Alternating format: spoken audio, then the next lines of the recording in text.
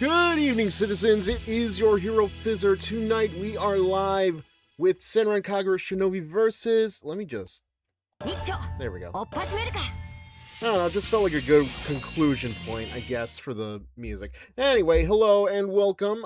Tonight we are aiming to end the Homura Crimson Squad arc of Shinovi Versus, which is the final main story point. After this, we are going to be going through the Shinobi Girls' Heart stories, which are much shorter and are so singularly character-based, based on one character at a time. So there's an Ikaruga arc, there's a Bari, Homura story, like it goes on like that. But yeah, that is what we're going to be doing tonight, and we have a lot to go through. Like, I started late last night, and that took basically like the whole 3 hours just to get through.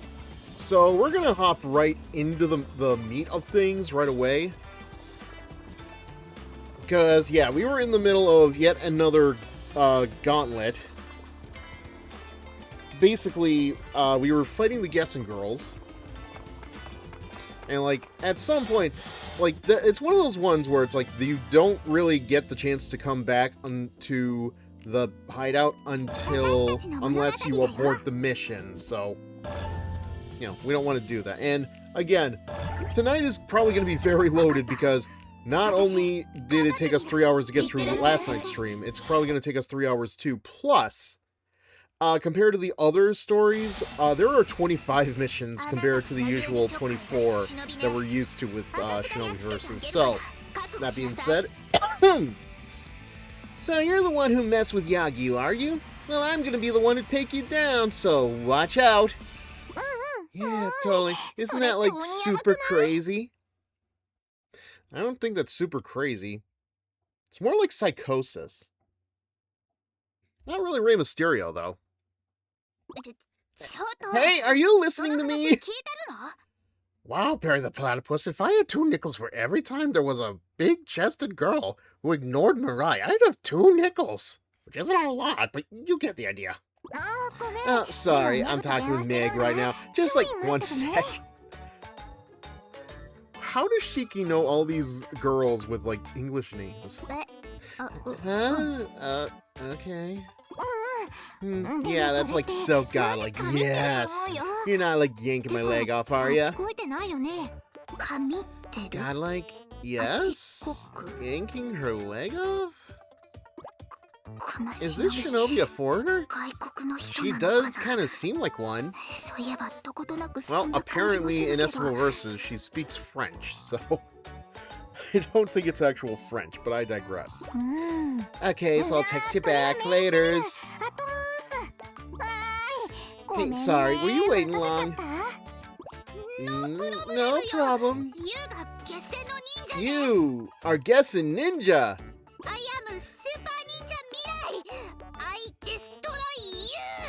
Oh my god, it's fucking precious. I can't. Oh my, listen, I know I should be treating Mirai as like a high school student, but it's like, my god, man, like it's too much. I can't. It's too much.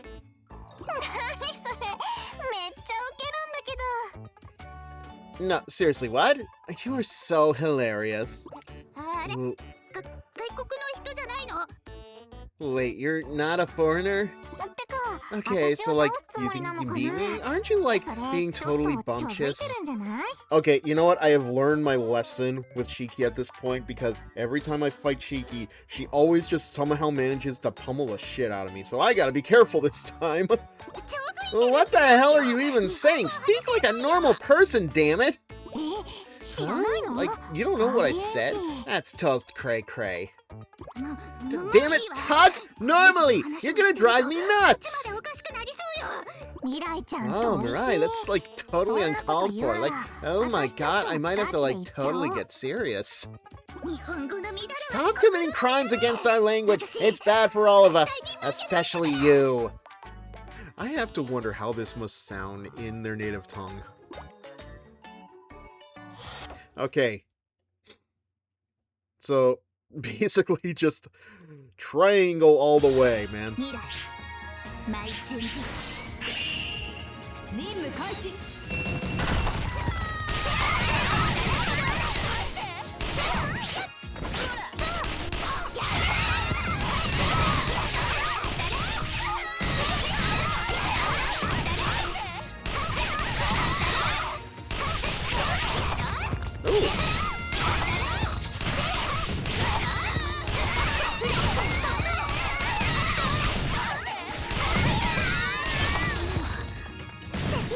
So there is like some warrior element to the game. I just choose not to use the triangle button. It is the strongest button, but I do not use it. Why do I not use it? I don't know.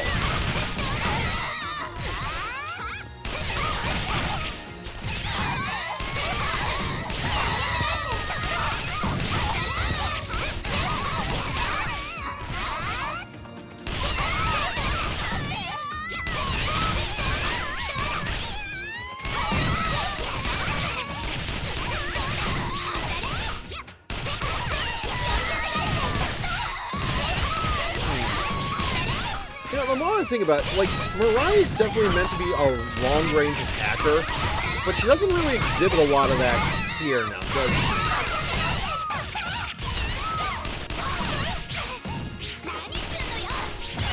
I can't help but wonder if, like, it just took them a while to figure out how to actually make her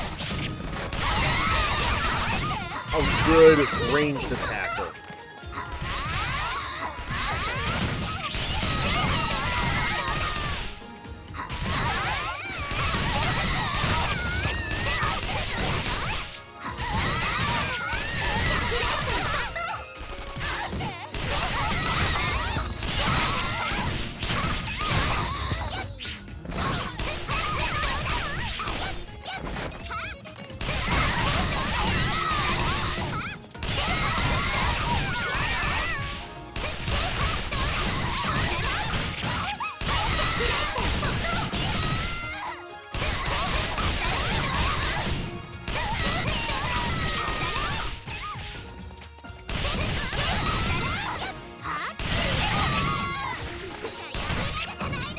Damn it.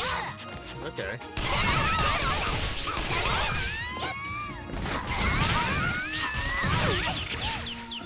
Okay. It is always Shiki. It is like not even fighting against Shiki. It is somehow still always Shiki.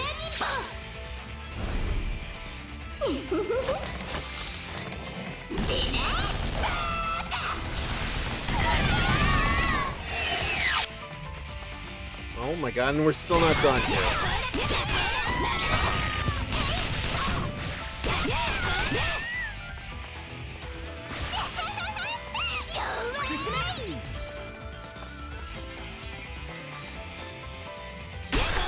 Okay, well, I didn't need you, but... Seriously, what is with the small, like... This is a tiny arena compared to the stuff I was fighting in before. I think even the hallways inside Gessen are bigger. Oh, there you are. Okay. Oh, every time. Shiki, what is your deal, girl?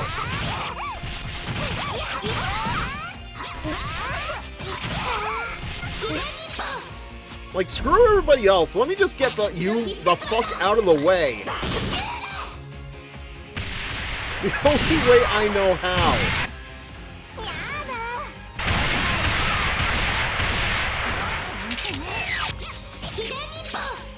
Let's do it before she transforms. You see? You see now? Good. Now die.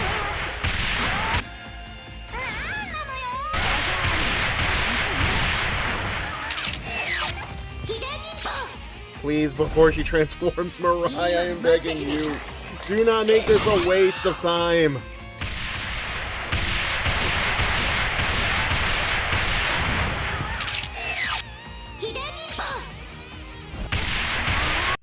Oh, beans!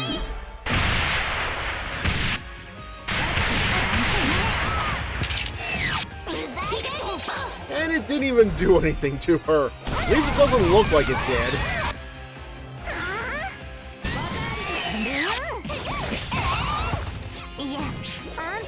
stop.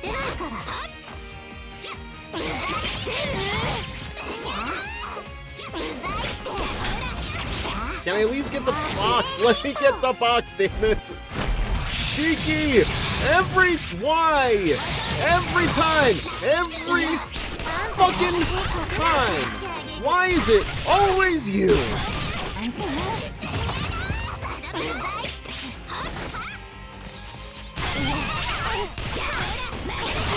Holy shit! I know she has that in her.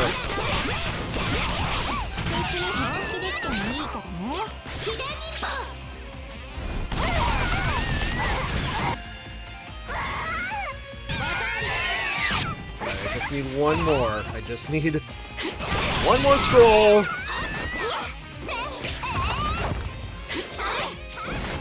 Okay, can I get it? Can I get it? Can I get it? Come on, no. Let me get this, damn it. Okay, well, I guess that's helpful too, but...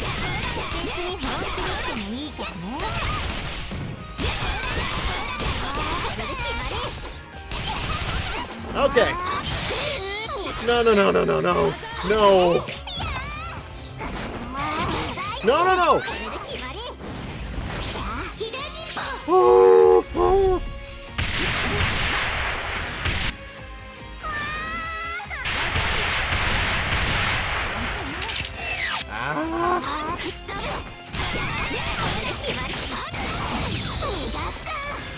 No.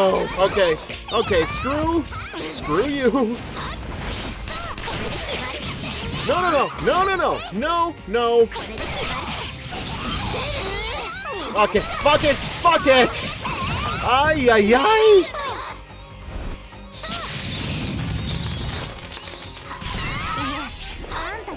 Okay. Screw you.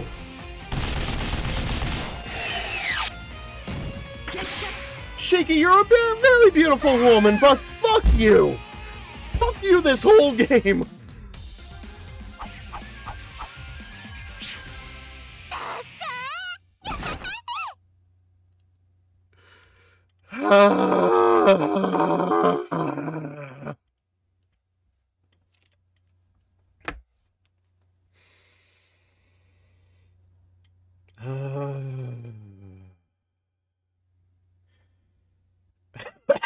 Okay. All right. Okay. All right.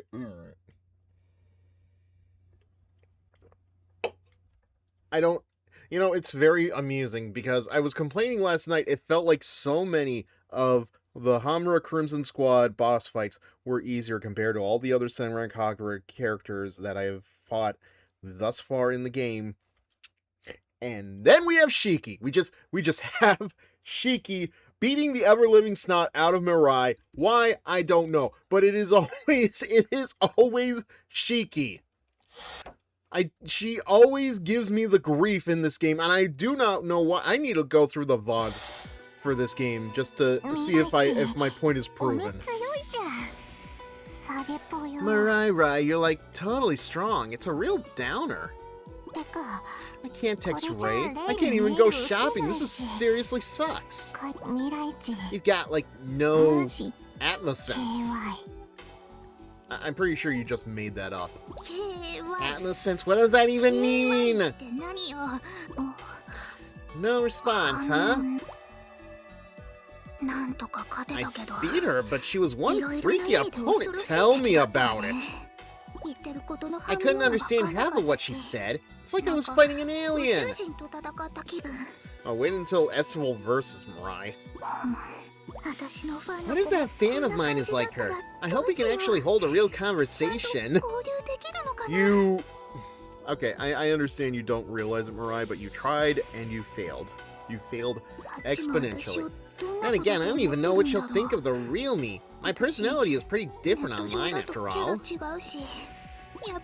Will she be disappointed? Will she think I'm not the person she was expecting?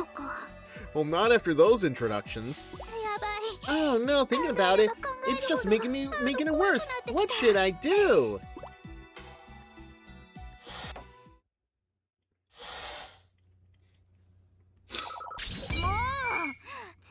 Yeah, no, that wasn't my fault. Come on, that was all Shiki.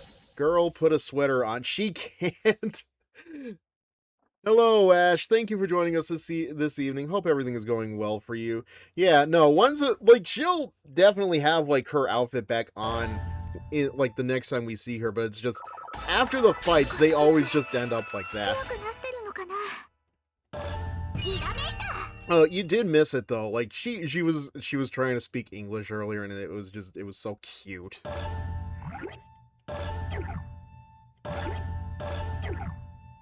Although I think in Senran Kagura they call it French for something. I don't know.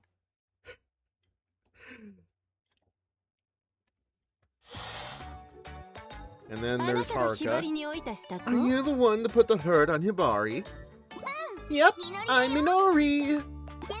But I didn't do any ouchies to her. We just played together.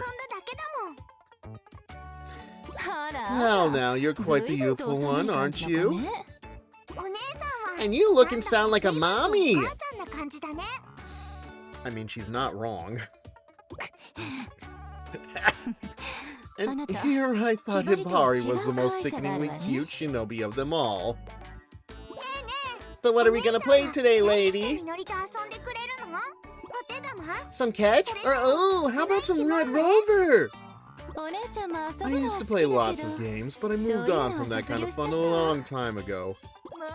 Ah, boo, that's stupid. You're stupid. You are stupid. You are stupid. And don't forget, you are stupid. Sweetheart, why did your voice go German for a moment? No, it didn't. Oh, don't worry. I can teach you a much better game than either of those. Really? Teach me! Teach me! But my game might be a little too much for you. Maybe you need to grow up a little more first, Minori. Don't worry, I love games. I'll be the bestest player there ever was. Alright, I'm going to teach you a game played by grown-ups. It might hurt a little at first, though. That's okay. I can act like a grown-up sometimes. Uh-huh, sure, Minori, sure. Alright, you asked for it. I won't hold back. God damn, there is, like, Haruka, between the circle of rivals that Haruka is around, like, I swear she is the most top. She just has the most top energy.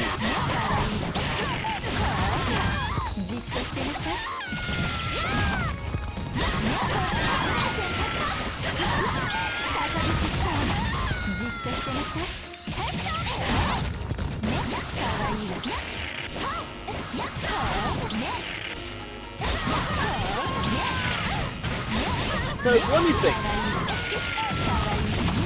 Hibari is just innocent. Like, she is really inexperienced as far as Shinobi goes.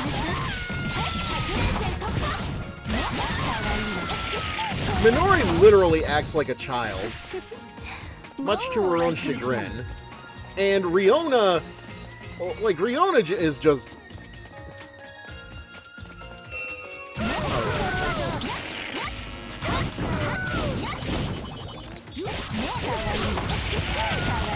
How do I put Riona? Riona is... I'm trying to think. Like, Riona is... I wouldn't say a submissive. Like, she is the sub that, like, a lot of doms worry about because, like, they want to go all the way to all extremes, and it's like, you guys do not know what you're getting yourselves into.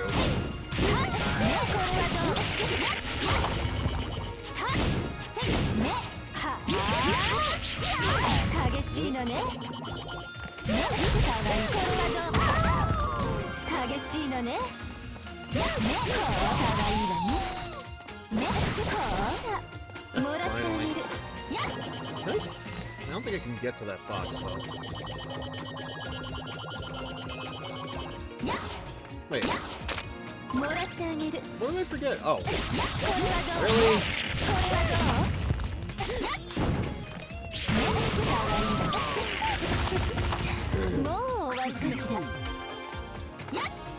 Oh, by the way, Ash, I didn't understand your purple-haired comment until I went to your page like within the last 24 hours. For some reason, like I didn't realize you had purple hair because your profile picture on Twitch doesn't have purple hair, so I was very confused. Now I understand, though. I did. Well. Yeah, no more Miss Nice Lady. And this is her default outfit. I'll keep saying it until the cows come home, but, like, I don't know if there's enough characters out there, like, Domina from Overwatch and Haruka from Senran Kagura, obviously. Like, they're the only two characters I can think of that have, like, giant robot arms right behind them that do a lot of stuff. And, like... Damn it. I know last night, Three of Hearts and I were trying to figure out more. You did come up with some, like... But I'm not sure if they fit the same archetype. Like, Doc Ock, Bedman, yes, I can see it, but... Like I said, there's an archetype.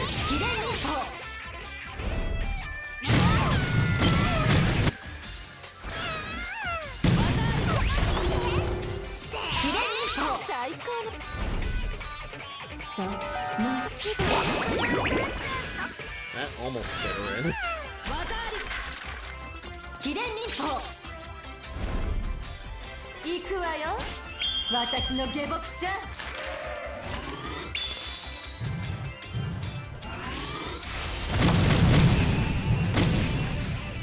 And that absolutely did her in. Yep. I mean, that is the point of the game, so...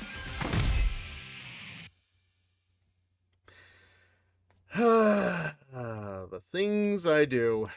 Listen, I do enjoy this game. I don't know who I'm trying to sell this on. I do it. It is a good game, though. Like, I guess it was just a little too much for you after all. It hurts and it was rough. It's no fun playing grown-up games. But that's what grown-ups do. What the heck? Stop treating me like a baby!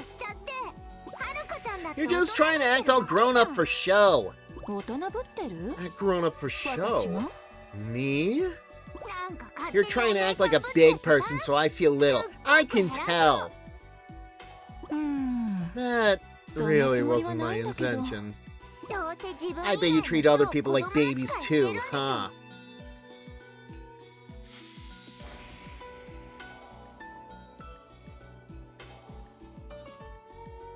Well, I mean, you're just being rude. Harumph. Acting grown up for show, huh? I never would have thought of it that way. I mean, to be fair though, Haruka, you have the most mature voice of the cast, I think, so...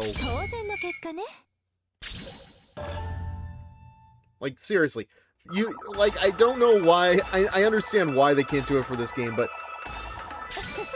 Haruka would absolutely be that bitch that would go into findom. I would sincerely believe she could start up, like, her own ASMR YouTube channel, and she could just, like, bring the cash in single-handedly for the Crimson Squad.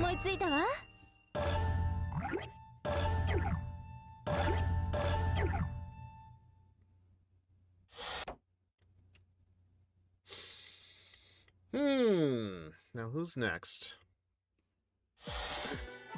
Oh, of course. You have some nerve snatching up my prey.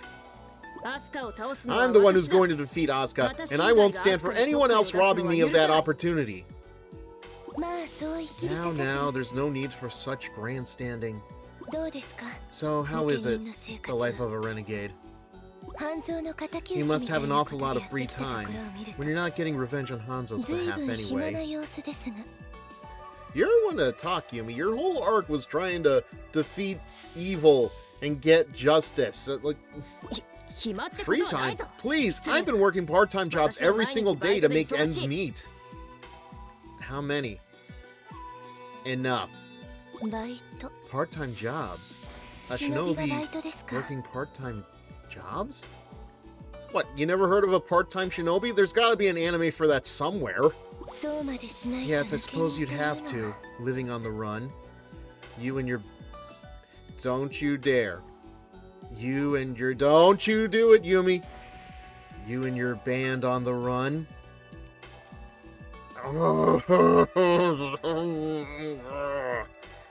Yes, I thought you'd like that. Are you mocking us? Not at all. I'm just genuinely curious. My grandfather also became a renegade shinobi, you see. What? So tell me, is it a hard life? Well, it's not a hard knock life. It has its share of difficulties, yes. We have to survive on our own strengths alone. We can't depend on anyone else. But it's a path of our own choosing, so I really can't complain.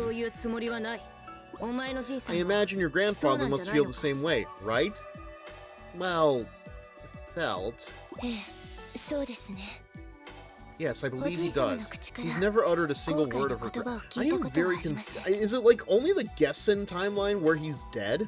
Though even if he doesn't say it, he may very well be thinking it. That's true. I don't think we did anything wrong, but I wonder what else we could have done. If it were just me, I wouldn't care. But my friends jumped right into this after me. So I have to wonder if I did what's best for them. Not that I can possibly turn back. No matter what, I have to commit to this life I've chosen. To the bitter end. And I have to keep believing that it's the right path for all of us. I understand your resolution, Homura. Good.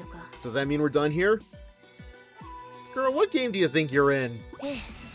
It does. All that remains is for two shinobi to do battle. Oh, wait, no, I thought we were done completely. I didn't think we were going to do a battle. Again, what game do you think you're in? Let's go, then. God, so... Something I didn't realize, and I didn't realize it until last night, was that playing as Homura, you actually can give her the orange hair. It's a special. So it's not a permanent upgrade. You can get it.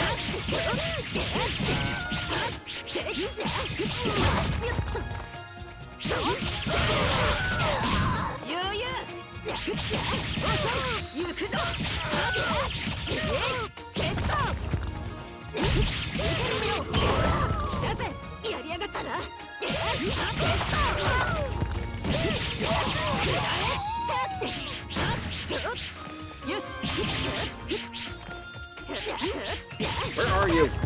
There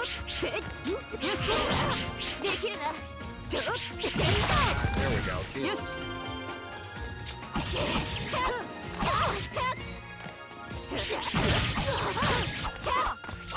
I'll say this, if you've ever played the Warriors line of games, the controls are pretty easy in that regard. Like, it's not a straight one-to-one Warriors game, but it still fits the bill.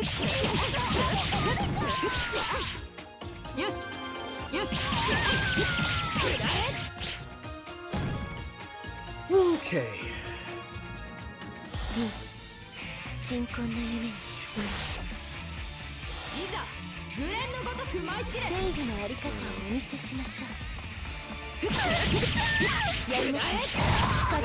can't remember. What did I put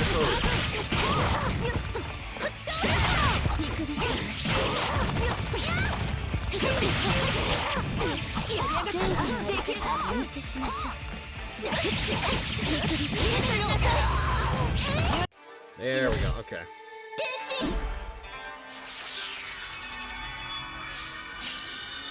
Oh, okay. I kept her in her default.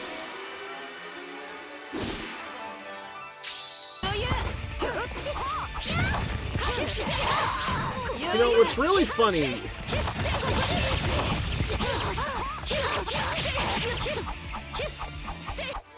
Okay. What was it? What's really funny to me is just like... Oh, right. I'm gonna just assume that was a bot.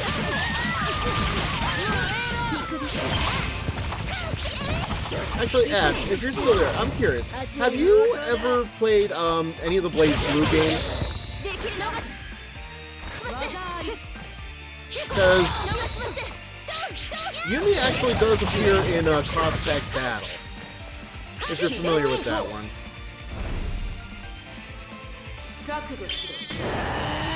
There we go. There we go.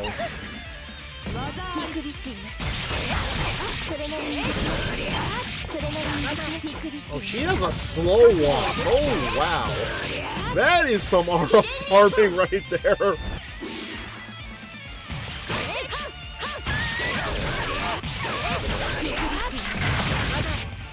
I have not, but now I'm interested.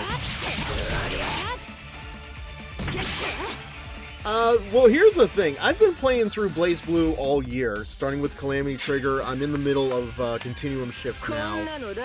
It is dense with a lot of lore stuff, so just be prepared for that if you ever do. But yeah, she appears in Cross-Tag Battle alongside like a couple of other franchises. In particular, Under Night In-Birth, Persona 4, and Ruby of...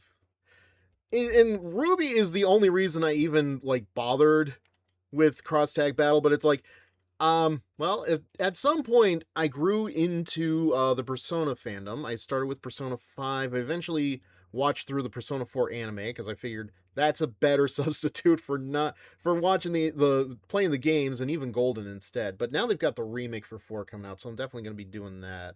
Under Night In-Birth, I'm going to get to at some point, because I feel like I need to give every franchise in that series at least like an excuse to look over, but I'm already familiar with Senran Kagura, so that's nothing for me to worry about.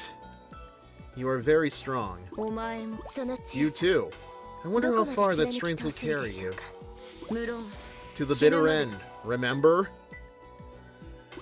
Also, I know this isn't going to get very appreciated, but I want to remind people, Homura does have tan lines.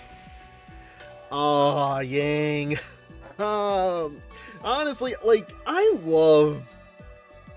it's very hard for me to pick, like, a favorite out of the Ruby girls, but, like, Blake is not at the top, unfortunately. Like, a lot of people, like, I don't know, I really wish, like, more love was given to Ruby. But,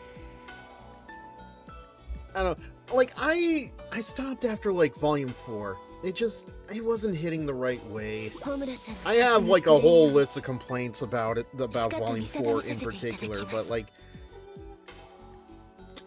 I just hope you'll afford me the opportunity to observe you as you continue along this crimson path you forge.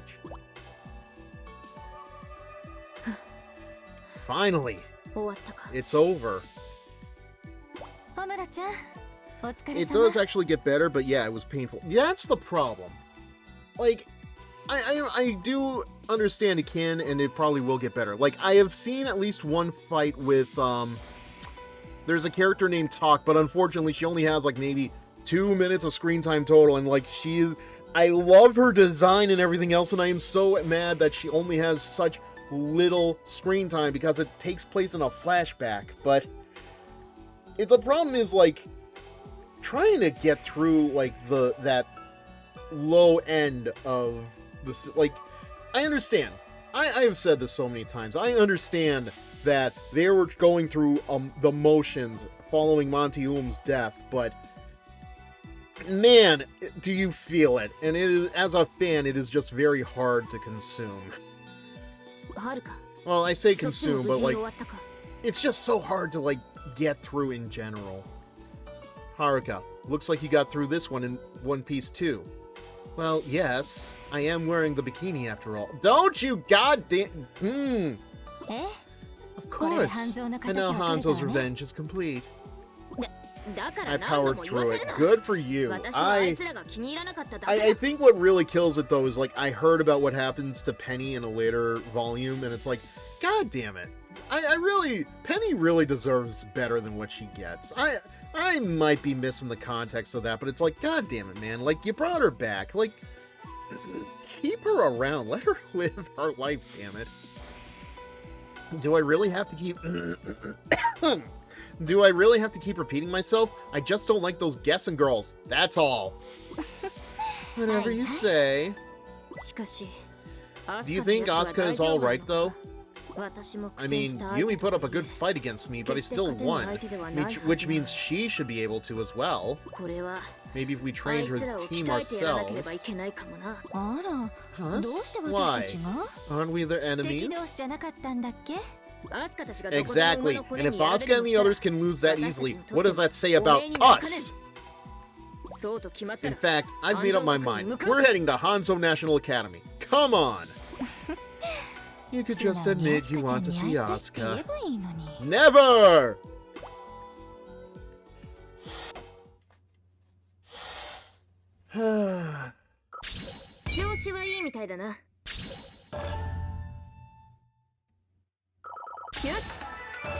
Only 13, Jesus.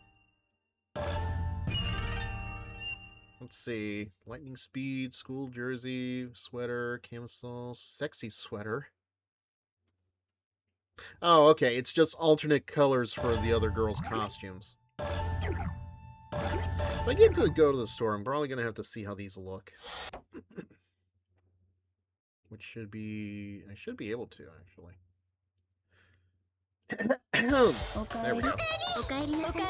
Whoop. No. Not that. Don't want that. Like, I could probably go on forever about, like... there are, like, a lot of opinions I have about Ruby, but, I'm gonna try not to be too much of that guy, but,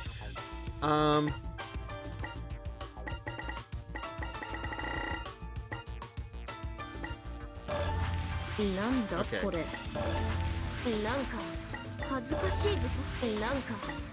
Oh, okay, you know what? No, this actually worked. It covers up. Greetings, citizens, and welcome to this city. I am Hello, Fred. Thank you for joining us this evening. Hope you are doing well. You just caught me in the middle of changing Homura's outfit from an apron to a sweater, so there is that. Fred Kazan is back from the depths of Hades 2 with more gaming goodness. This South Jersey streamer keeps it casual, tackling everything from Astro Bot to Power Washer Simulator 2, and even some unhinged Overwatch. Well, that just goes without saying. What's next for Fred? Only the gods know. And yes, this is a regular raider of the stream and a good friend of the channel. Fred Kasdan, how are we doing this evening, Fred? Hope Hades 2 was going well for you. Homura stealing Hikagi's sweater, I see. No, see, it's yellow. It's white. It is not the traditional Hikage red, so you see, it is not hers. Now, I did give her an apron earlier. I'm just looking, because, like, we got alternate colors for each of the girls, so I guess it works. Lightning speed.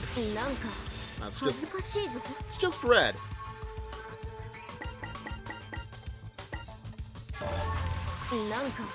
And yes, Fred himself was actually just playing through most of the Senran Kagura games. He played through Burst Renewal.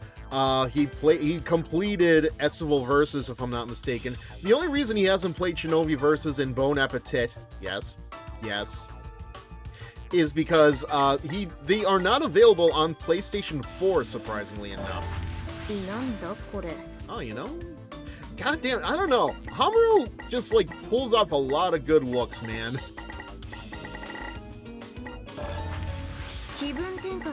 Maybe not the camisole, that's...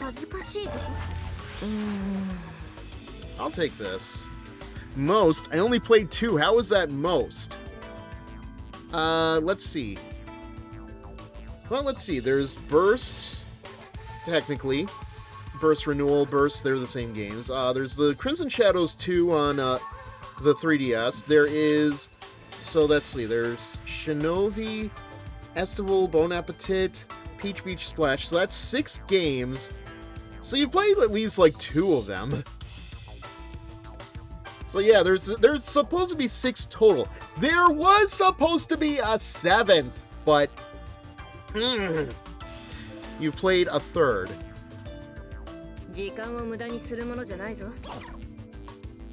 Yeah, you've played a third of them. And that's not even counting Peach Ball or Reflections, which themselves are, they're spin-off games just made exclusively for the, well, I say exclusively for the Switch, but I'm pretty sure they're here on Steam as well. Cook Angry.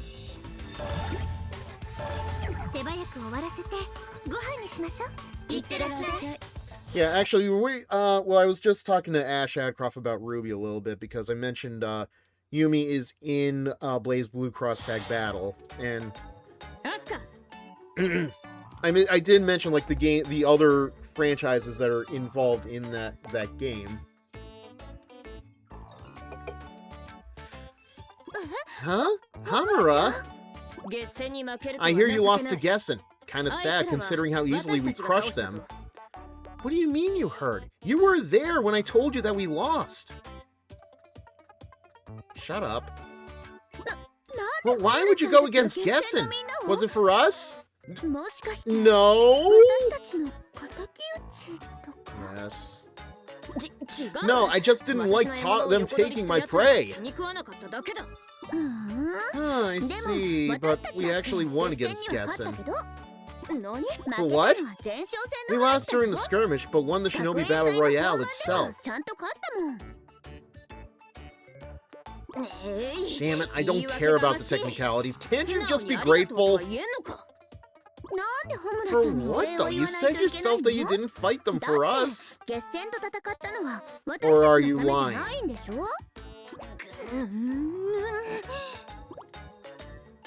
Now, calm down, you two.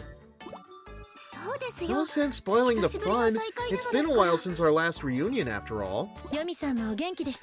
How have you been, Yomi? Fine. We performed at that show, remember? Oh, yeah. Quite well, thank you. In addition to honing my Shinobi skills, I've also been working on my Latin cooking talents recently. That sounds lovely, but I'm not going to lose it when it comes to cooking. Oh, is that so? It is. Is there a problem? No, it's just your cooking is renowned for being a bit, well, unique. I hear you once prepared a dish containing ramen, sushi, and dried squid, all mixed together. Okay, but everybody liked it, right? My sweet squid ramen roll. I had no idea its influence had spread so far and wide. How nostalgic. You gotta wonder who it was that spread word about it outside of Hanzo, though. It sounds rather awful. Excuse me? What did you just say? Nothing. Never mind. Are you saying that my cuisine is unappetizing? You mustn't judge that which you've never tried. This coming from Miss Beansprouts? Yeah. She did also make like something else earlier. I forget what it was. I don't know. Like, it didn't really look like spaghetti of some kind. A cabanera, that was it. It was like a cabanera and grass weeds, and I don't know, apparently everybody liked it, but you are right, like her ingredient, her secret ingredient is always going to be bean sprout. I don't think I need to try it to judge it. It doesn't even sound edible. It's an insult to its ingredients. What? Alright, that does it. I'm preparing some right here and now. Taste first, then critique. You know, I wonder where they got the idea of making a food cooking rhythm game. Don't bother. For the sake of the ingredient's integrity, I will not allow even one bite to touch these lips. Come on, Kagura, just let it go. Yomi, really, you need to cool down too. If that's how it's to be, then I shall force you to eat it. I swear on my honor. And I will resist with every fiber of my being. Well, when you need an excuse to fight...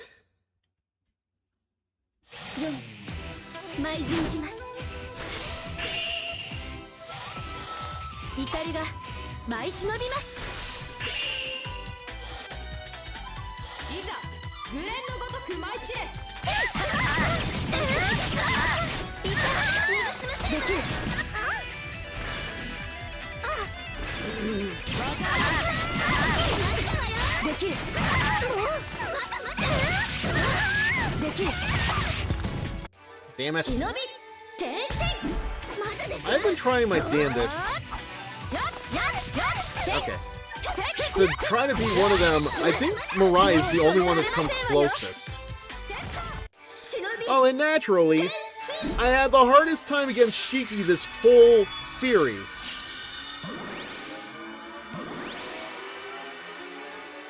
Like, everybody else has kind of been a cakewalk. But then you get to Shiki, and of course, Shiki's somehow the problem. Like, I will never understand it. Okay. There's gotta be boxes around here somewhere. We'll take it.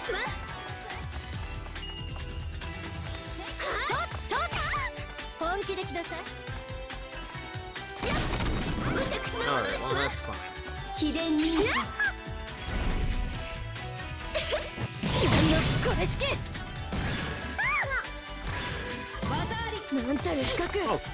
Oh, he leveled up too. No.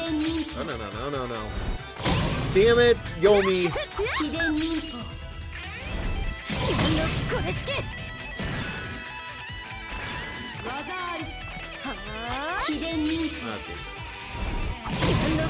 Nope, I guess I got in.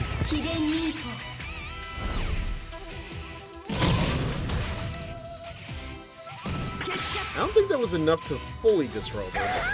Nope, I was wrong.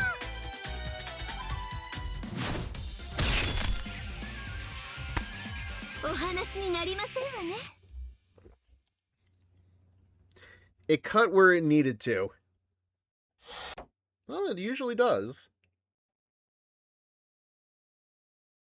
I always forget, though, that it can do the lower region. I always just think it's gonna get the booba. That was pretty close. I'll say... You barely grazed the bush!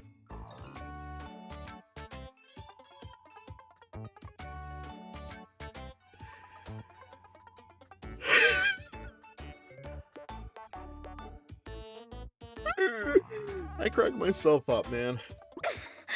How mortifying. My honor. There we go. Yomi, Ikaruga's cooking is actually very good. Is it? Uh-huh. Her sweet squid ramen roll was really quite delicious. Asuka. I see, so it's true then. You really can't judge a sushi plate by its label.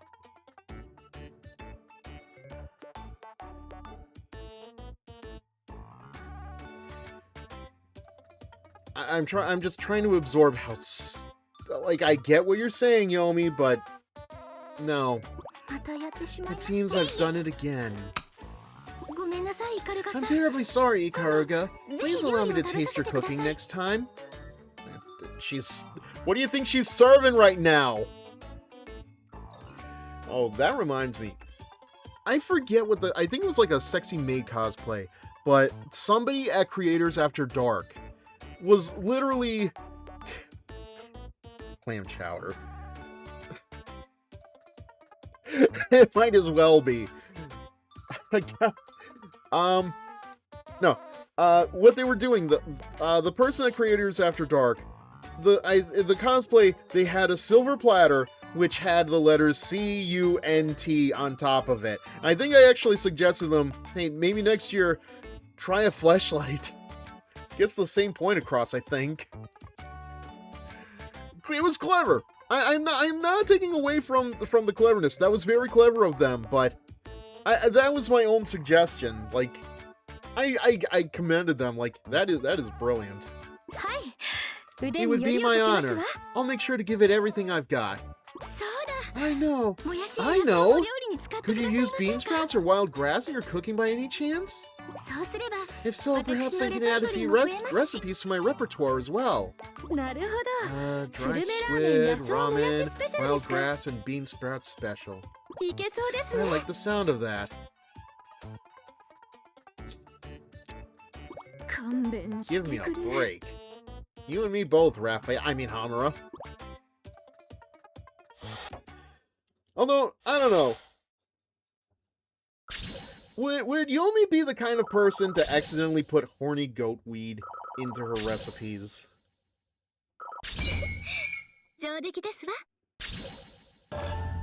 I wish I was making that up, but apparently that is, like, an actual supplement. Like, I don't know if I'd call it a vitamin, but it is a thing that exists.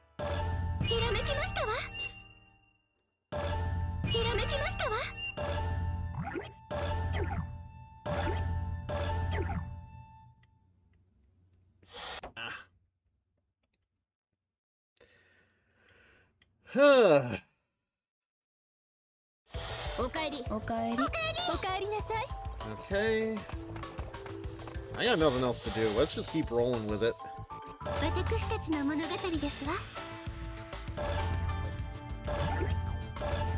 Uplifting drug.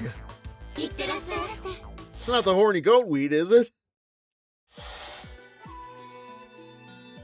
Homura is happily chatting with the Hanzo students as if they're old friends catching up at a class reunion. I watch them lazily from a distance with a fellow Hebijo shinobi named Tsumugi at my side. Oh, interesting. Huh. No, that's very interesting, actually. Because we did meet Tsumugi, like, last chapter, I think. It was either last chapter or the previous chapter. Long story short, the male student at the good shinobi school that Homura went to, this is his sister, and she came for revenge. How Tsumugi did not, like, blossom into a bigger role in any of the other games, including New Wave New Link, I will never understand. Hikage, you're the only one I understand. Tsumugi grits her teeth. I mean, just look at them! Homura and the others are talking and laughing with those Hanzo girls. I mean, what kind of self-respecting evil shinobi does that? How many days has it been since she started following us everywhere? She already tried to kill Homura in her sleep and poison her food. And the other day, she actually tried to blow up the entire cave with a bomb! They probably had too many flat chicks. Okay. Are we talking personality or chest size? She's a persistent one, though, and continues to stalk Homura constantly with unbridled hatred. Yes. Perfect answer. It got so bad that Tsumugi even straight up complained to Homura, asking her why she wouldn't just die already! God. The number of times... I'm reminded of that Austin Powers moment where he's trying... Like, what is it? The Spy Who Shagged Me. Every time that woman in the 60s, like, he tries to kill... Like, he falls flat on top of her, and she is still alive somehow, and he's like, why won't you die? I can't tell you the number of times I saw that on a TNA forum every time the company pulled a batshit move. I'm not sure what Homura did to deserve any of this, but it's getting to be a real nuisance. Sadly, it's getting very cartoonish at this point. Of course, Tsumugi isn't solely to blame. Homura really should just end the poor girl's misery and be done with it. Yet instead, she lets her live, almost as if taunting her. Only reason I'm not friendly with the Hanzo crew is because I don't really know what friendly is. Not you too! Well, that does it. Her entire demeanor suddenly shifts and there's a renewed look of determination in her eyes as she walks toward Homura. Hey! Homura! Well, you're no longer skulking around, I see. That's new. Tsumugi's face clenches in pain and resentment at Homura's words. I quit. I just don't have it in me to kill you right now. What? Giving up already? I'm not giving up. I'm gonna train harder and challenge you again when I'm ready.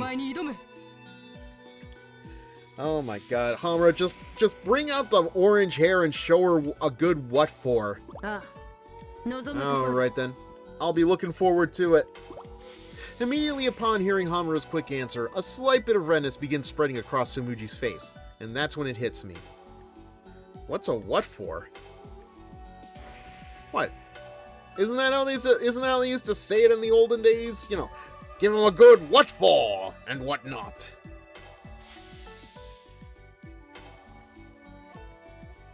I also feel like you might be setting me up for a joke, but...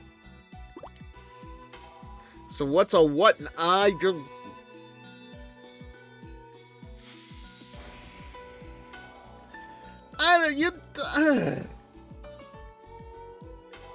You know what? I will confess, I have never actually looked up, like, what those terms mean, but, like, they're the kind of shit I used to listen to in the old-timey Homestar Runner cartoons, alright? The Strong Bad was famous for giving one of those. This is what Mirai was talking about. She's just too embarrassed to show how much she likes Homura. It's not like I'm doing this for you or anything. Also, you can definitely see a little bit of panty there, just saying. White-hot anger one minute, total mush the next. Almost a sense of denial. This is textbook behavior out of a girl like her, or so I've been told.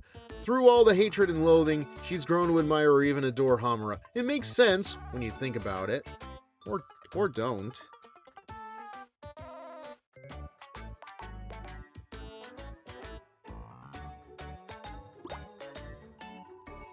When you fight someone enough, you become rather fond of that person. I know this feeling firsthand from my bouts with Katsuragi. You better not get killed by anybody else, though, because that's my job. With that, she turns around in an exaggerated fashion and walks away earnestly. Homura sends her off with a smile. Maybe Homura's happy expression is because the person who was trying to kill her finally left. But something tells me that's not it. How do you explain this? She looks almost motherly, like a mama bird watching her baby fly for the first time. But why would Homura look at Tsumugi with such a kind, caring smile? Oh, I get it. Homura's the same exact way. But if Tsumugi likes Homura, and Homura likes Tsumugi, then the two of them should just stay together. Why would one of them leaving make the other happy?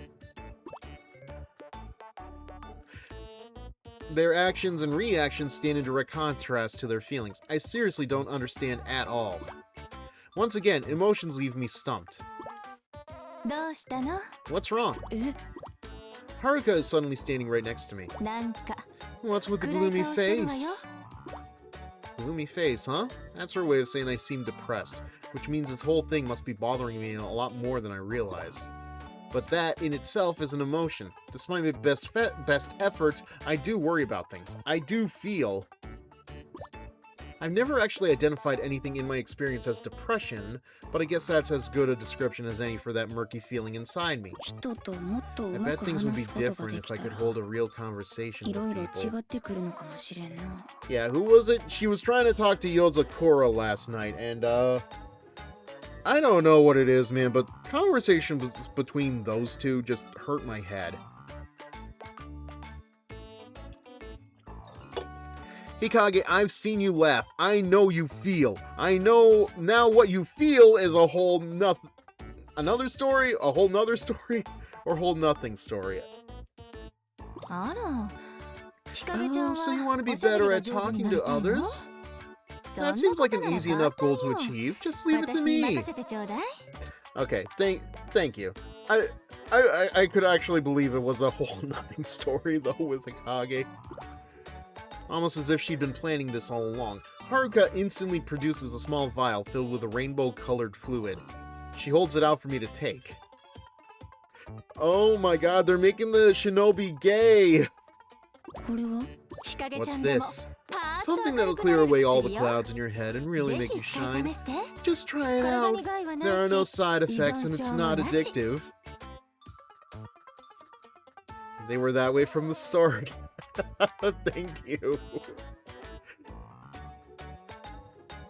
Not addictive though, like, I don't trust that. If you tell me something is not addictive, I'm inclined to press X for doubt. If it can really do what she's suggesting, I'm all for it. Without even thinking twice, I grab the vial and drink it down.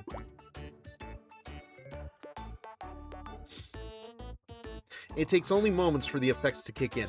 My head and body alike both seem to become lighter, and it feels as though every part of me is being covered in a warm, pink shroud. What? This could be bad.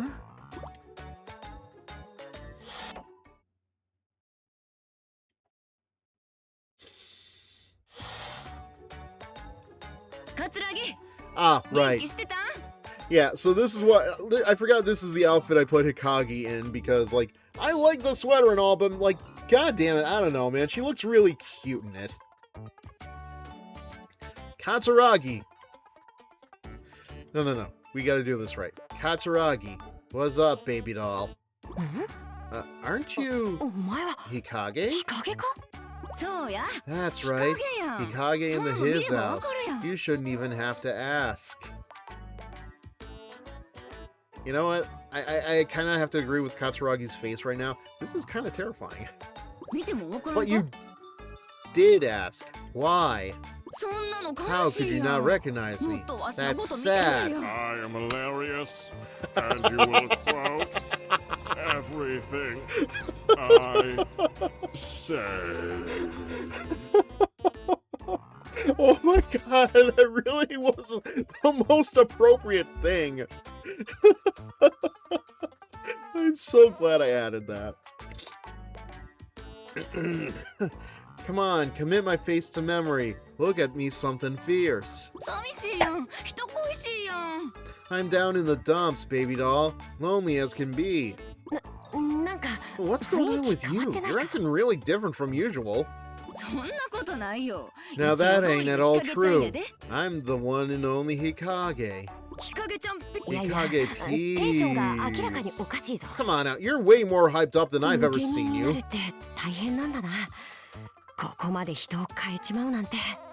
Hikage doing the Riona Hibari shuffle is odd. Right? What's wrong, Katsuragi? You look worried. Well, don't you fret, cause Mama here knows just how to make you feel all better. How about that?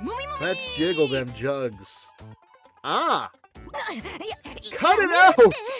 Yeah! Not so great when the tables have turned, huh, Katsuragi?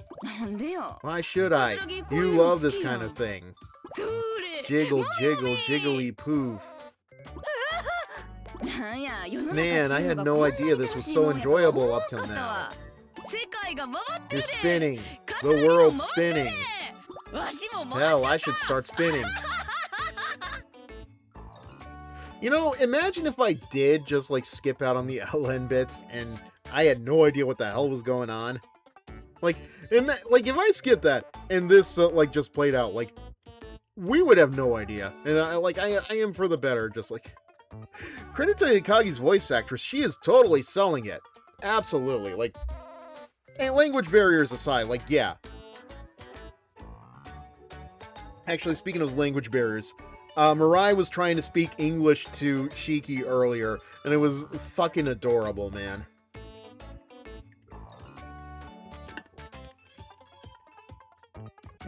Like, I don't know what Shinobi has been doing to Mirai, but they have been making her very adorable this whole time. Probably, yeah, as far as I'm aware, yeah, that is the only time she gets to really, like, show expression. Looks like I have no choice but to snap you out of this the hard way. Also, excuse me. Okay. Maybe having that brisk iced tea was not a good idea pre-stream.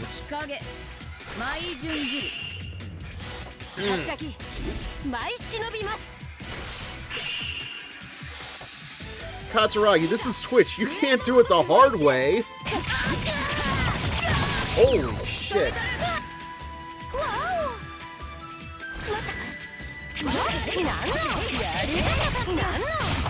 She's in her transformation state right off the bat.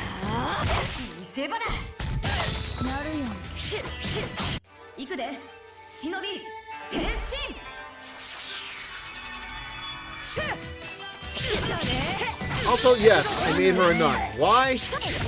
Because I can.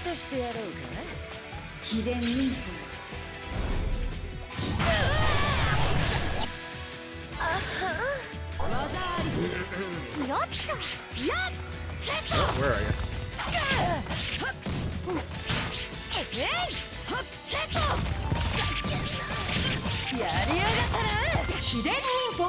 Oh.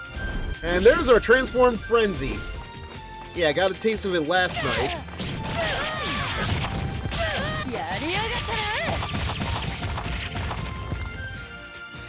Better in EV. I will have to agree with you.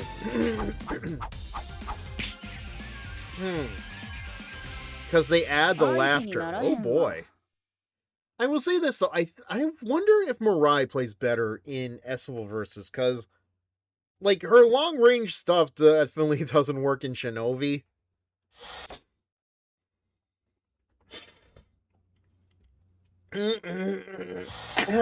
Forgive me. What was I doing? Where did I go just now? Oh, I see you're back to normal. I don't remember a thing. It was pretty bad. I've seen some things that can never be unseen. I guess Hikage at showing emotion would kind of be like Batman smiling. Depending on the map, Mirai can either be a huge disadvantage or a partial one. Drug? What kind of drug? I was having some trouble talking with other people, and Haruka said it would help. Or a partial one. That's her idea of helping, huh? What a disaster. I mean, listen. All of you Shinobi,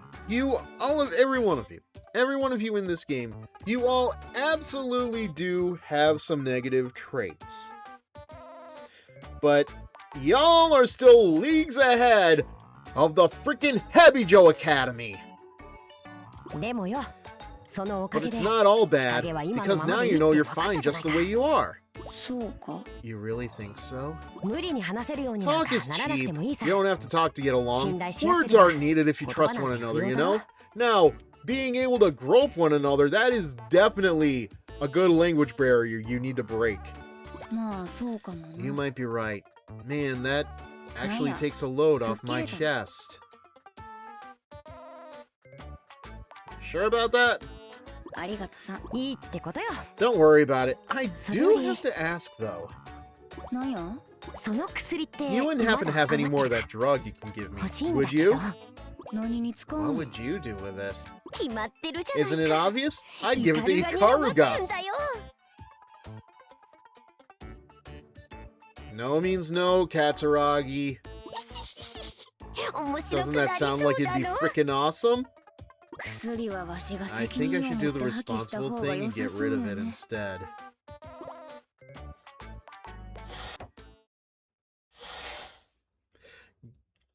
God damn though.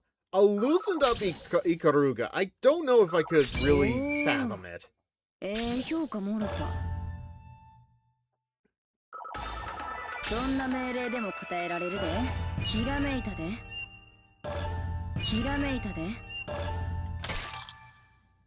With a heart of gold.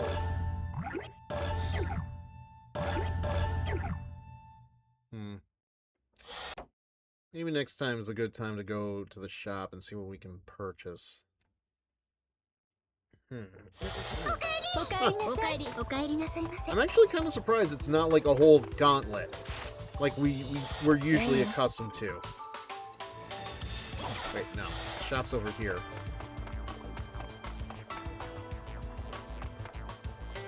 Who left this tea out? And why is it still hot?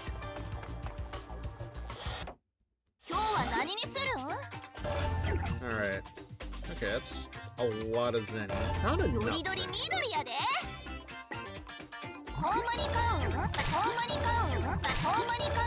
Not enough to really warrant a visit to the lingerie lottery.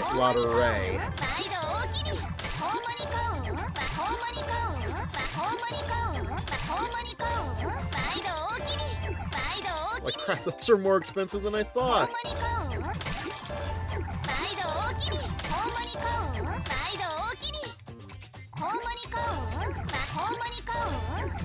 And we're broke.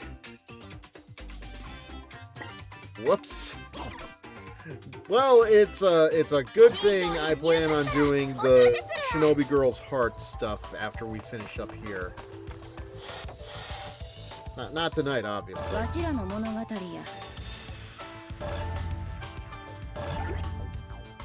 As someone who bought everything in Eevee, I know the prices are too damn high! They absolutely are. Although, like, I think the pictures and the music are at, like, a reasonable price, but, like, it costs, like, $229.80 for outfits. That is a highway robbery, if you ask me.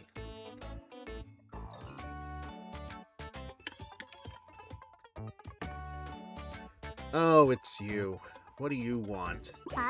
You haven't changed a bit, have you? And here I came all the way this way to train you. That was wasted effort on your part. Goodbye. Wait, we're not done yet. What else do you want? Well, what do you think of me? Is this a trick question? What is this all of a sudden? Just answer the question! Alright, for starters, I find your wearing of an eye patch distasteful. Have you thought maybe she has a good reason for it, Yagyu? Like, you know, I don't know, somebody else I seem to know? I say this only because you asked. Okay, I guess I did. But I feel the same way too, you know. This town isn't big enough for two of the same character type. What are you talking about? You guys are completely different character types. I mean, sure, you both have eye patches. You both use umbrellas. But, Mirai, you have a Gatling gun under your skirt that basically acts like a freaking dick. Then take yours off. Yes, Yagyu has a chest. Listen! We're not getting to that, okay? That's too damn obvious. That is just low-hanging fruit. Which is unfortunate because Yagyu's is much too high. A reason, huh? You got some super secret ninja art sealed in there or something? No, but that would be both awesome and disgusting at the same time. Ever since I became a shinobi, yes. But the reason for wearing it in the first place dates back even farther. Alright, and that reason is? You tell me yours first. That's only fair, no? No, it's totally not. I bet you won't say a word even if I spill my whole life story. Of course I will. Now, let's hear it. Hang on, how about we fight and whoever loses talks first? That seems fair. Especially since I'm certain to win. Oh, you are you? Well, we'll just see about that. These two, what a dynamic, I tells ya.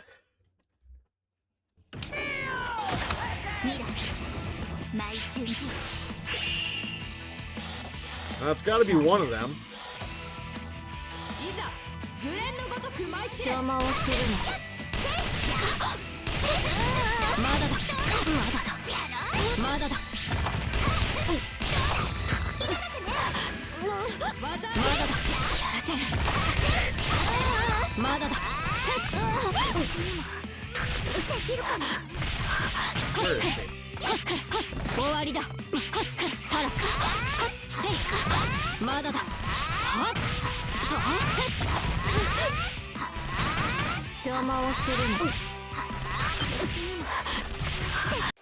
Okay. Not so much for that. Also, yes, I gave Mirai an office lady look. Why? I don't know.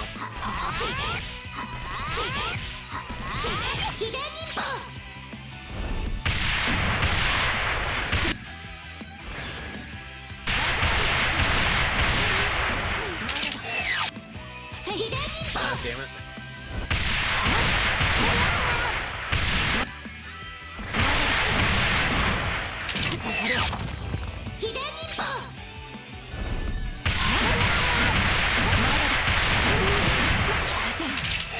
Really trying to give her the business here.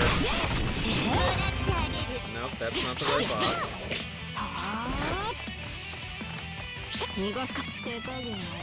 There it is.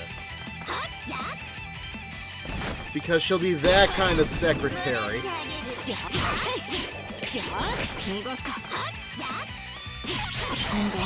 I mean, you gotta admit, she kind of wears it rather well.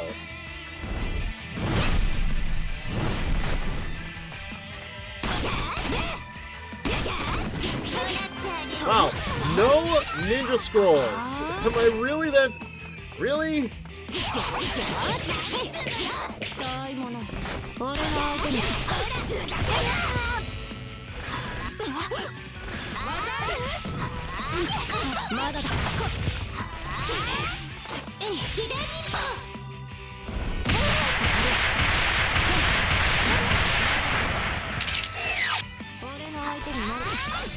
Oh, there we go. That should be enough. Or, no, I was wrong. Nope, wait, nope, yep, okay. Nope, I was wrong.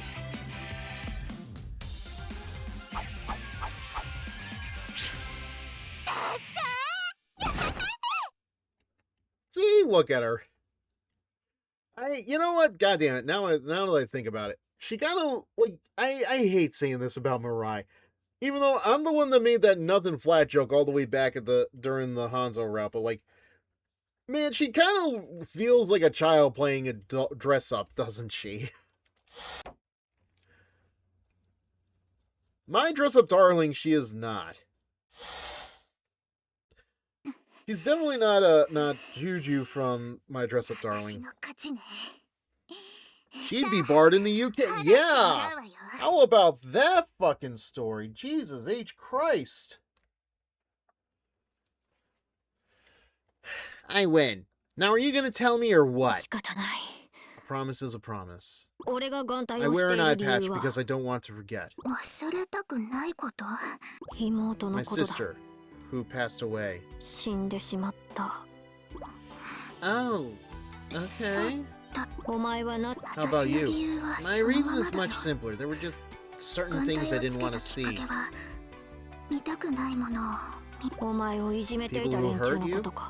The better I could see the world around me, the more I hated what I saw. Oof. So I asked myself, do I even really need to see? I understand.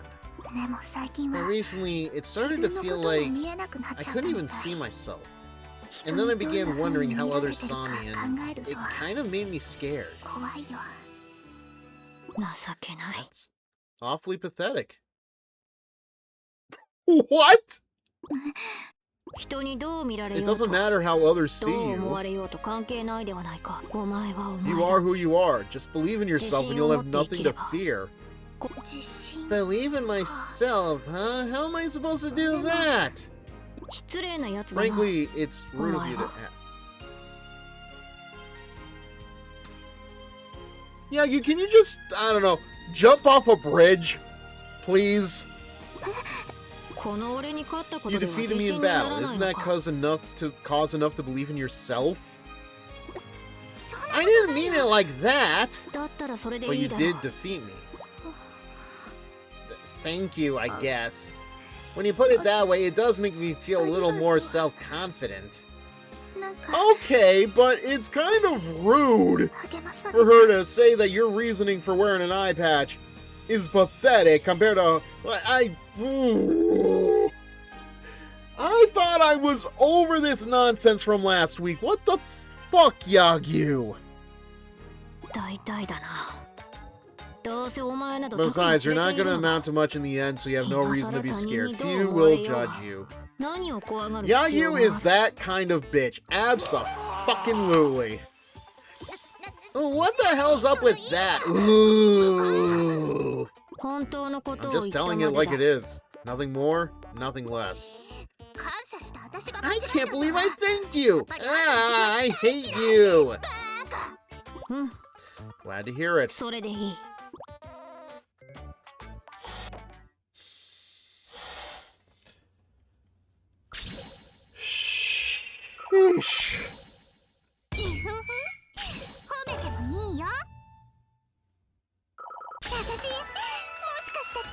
Some days I just wonder, man. So I just wonder.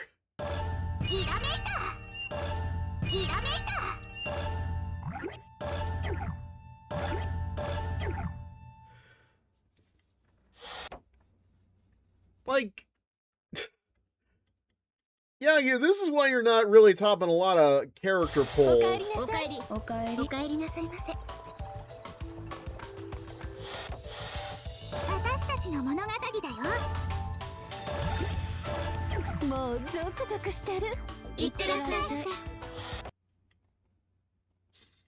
Like, I don't know, man. Like, Yagyu may be a good fighter, but I feel like in popularity, she would be like the lowest rung of the Hanzo students. Hibari, how have you been? Oh, Haruka! You seem a little down. Oh, you're a sharp one. How did you know? You just have a different aura to you than usual. Is something wrong? Nothing big. Just tired of playing the big sister, I guess. Big sister, you? You have Dami Mommy energy, if anything. I said it yesterday, I said it earlier in the stream, and I will say it again. Haruka is the kind of woman that would absolutely kill it in the Findom game. She, like, if she stuck to that game, if she teased the men with all the moolah, like, her and the Crimson Squad would be just set for life. You don't have to react quite that strongly. But you are everybody's big sis. You're the person they all rely on. This is major. I don't know. Isn't everybody just fed up with me at this point? You? Nah. Aren't I too arrogant? Too selfish? Mama. I got it. Just leave it to me. Leave it to you? I want you to fight me, Haruka. It's fine and all, but why? I'll explain later. Very well, then. Here I come. God damn it. You know what? It's been like a month since I wrote those lyrics, the parody lyrics to Giant Woman. All I wanna do is see a bar return. A giant woman, a giant woman. Nah, it doesn't work.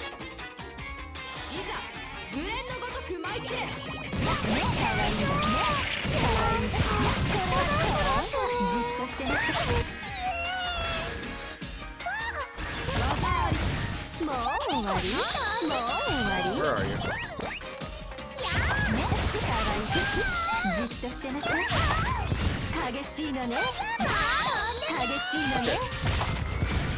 Really just letting her get the jump on you, aren't you, Haruka? I don't think it helps me that Hibari and Minori both, like, they just tend to fight like They just tend to fight like Looney Tunes characters. Okay.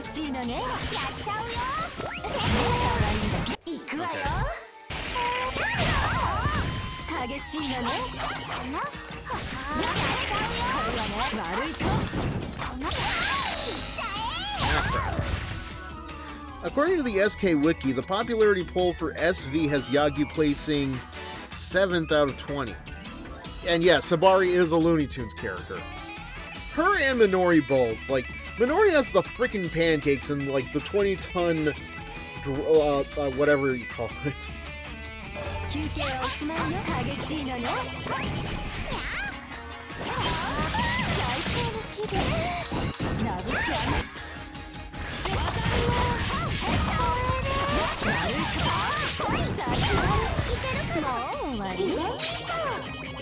Nope. There she is. No.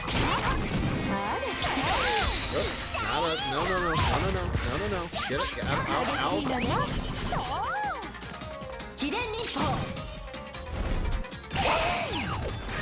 And that just gives her all the status ailments, so yay for that.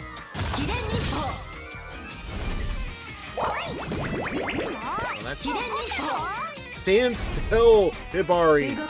It'll hurt less if you stand still.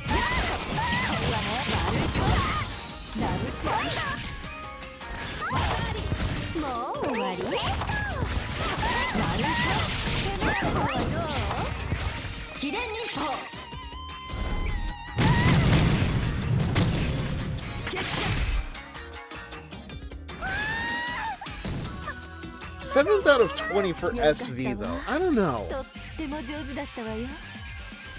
I mean, that's not bad, but also, like, I have to wonder how this game affected that, because, like, I don't know, by the time we get out of Shinovi Versus, we know all of the characters. Matter of fact, I might need to find my my ranking chart and see where did I put Yagyu in that tier list. Not now, though. Maybe a little later. Like, if I have time and I remember it, I will try to seek it out, because I'm pretty sure I saved that. If not, if I didn't save it, it's probably somewhere on my Discord server. How is that, Haruka? I think you've gotten a little stronger. You have. You've grown quite significantly. Although, not in the shinobi abilities. But then where? That's right, I'm not the same kid you used to know. But that's because I had a big sister figure to look up to. I've gotten stronger because I had somebody to inspire me, somebody I wanted to be like. Oddly enough, Emu is 20th? Not where does Ryobi rank in that? So I don't want you to stop being everybody's big sis. I want you to stay as somebody I can look up to forever. 4th?!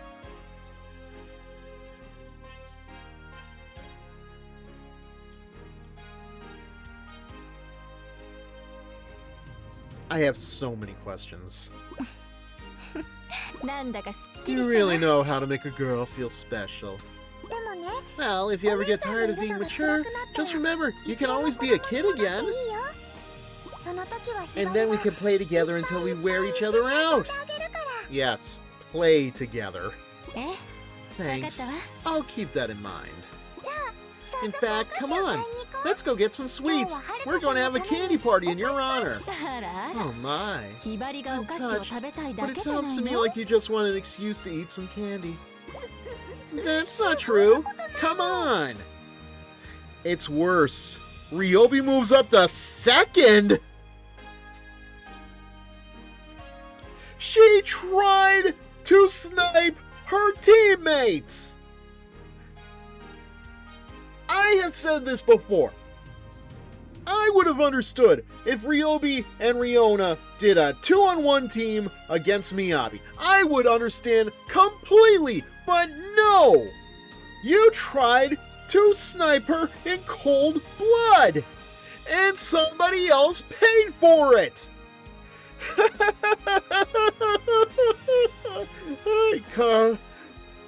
What is going on here?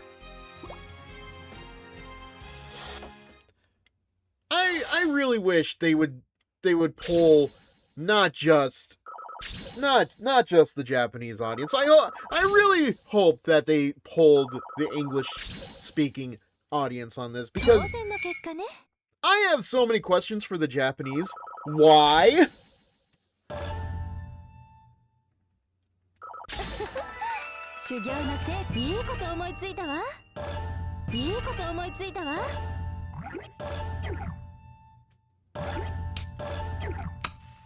Hello, Three of Hearts. Thank you for joining us this evening. Hope everything is going well for you, and thank you for the drink up. I could definitely use something after after that knowledge.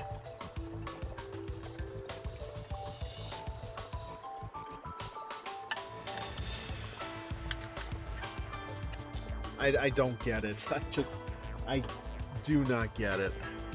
Actually, oh, nothing. Fred and I were talking about popularity for characters, because I didn't know where Yagyu might have ranked as far as popularity went, because Yagyu has just been that bitch to Mirai.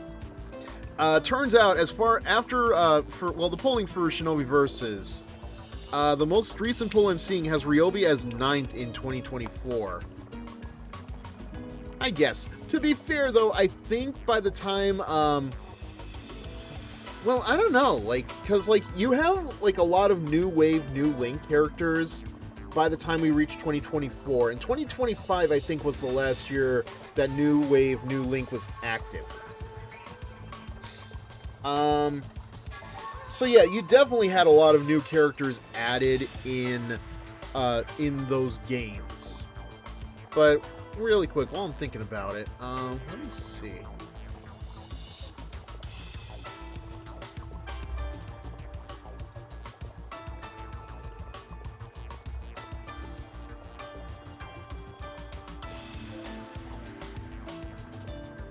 It's gotta be around here somewhere.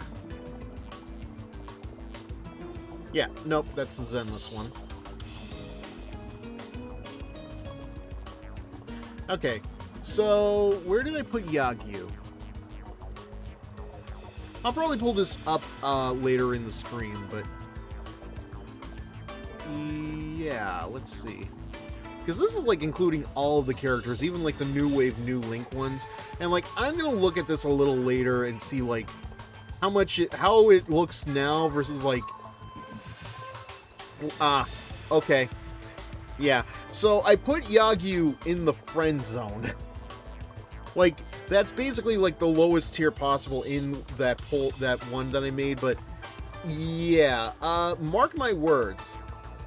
When I finish all the Senran Kagura games, like, when I finish Peach Beach Splash at least, I will be...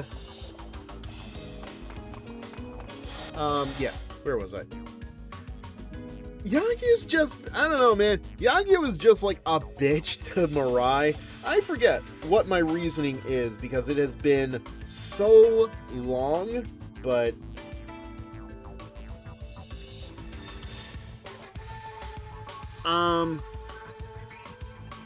yeah.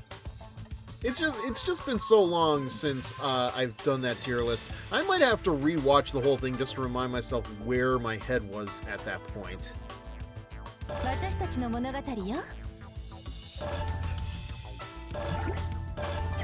I think it just amounts to like, Yagyu is just like not a character I have any romantic feelings for. She's a fine character sometimes.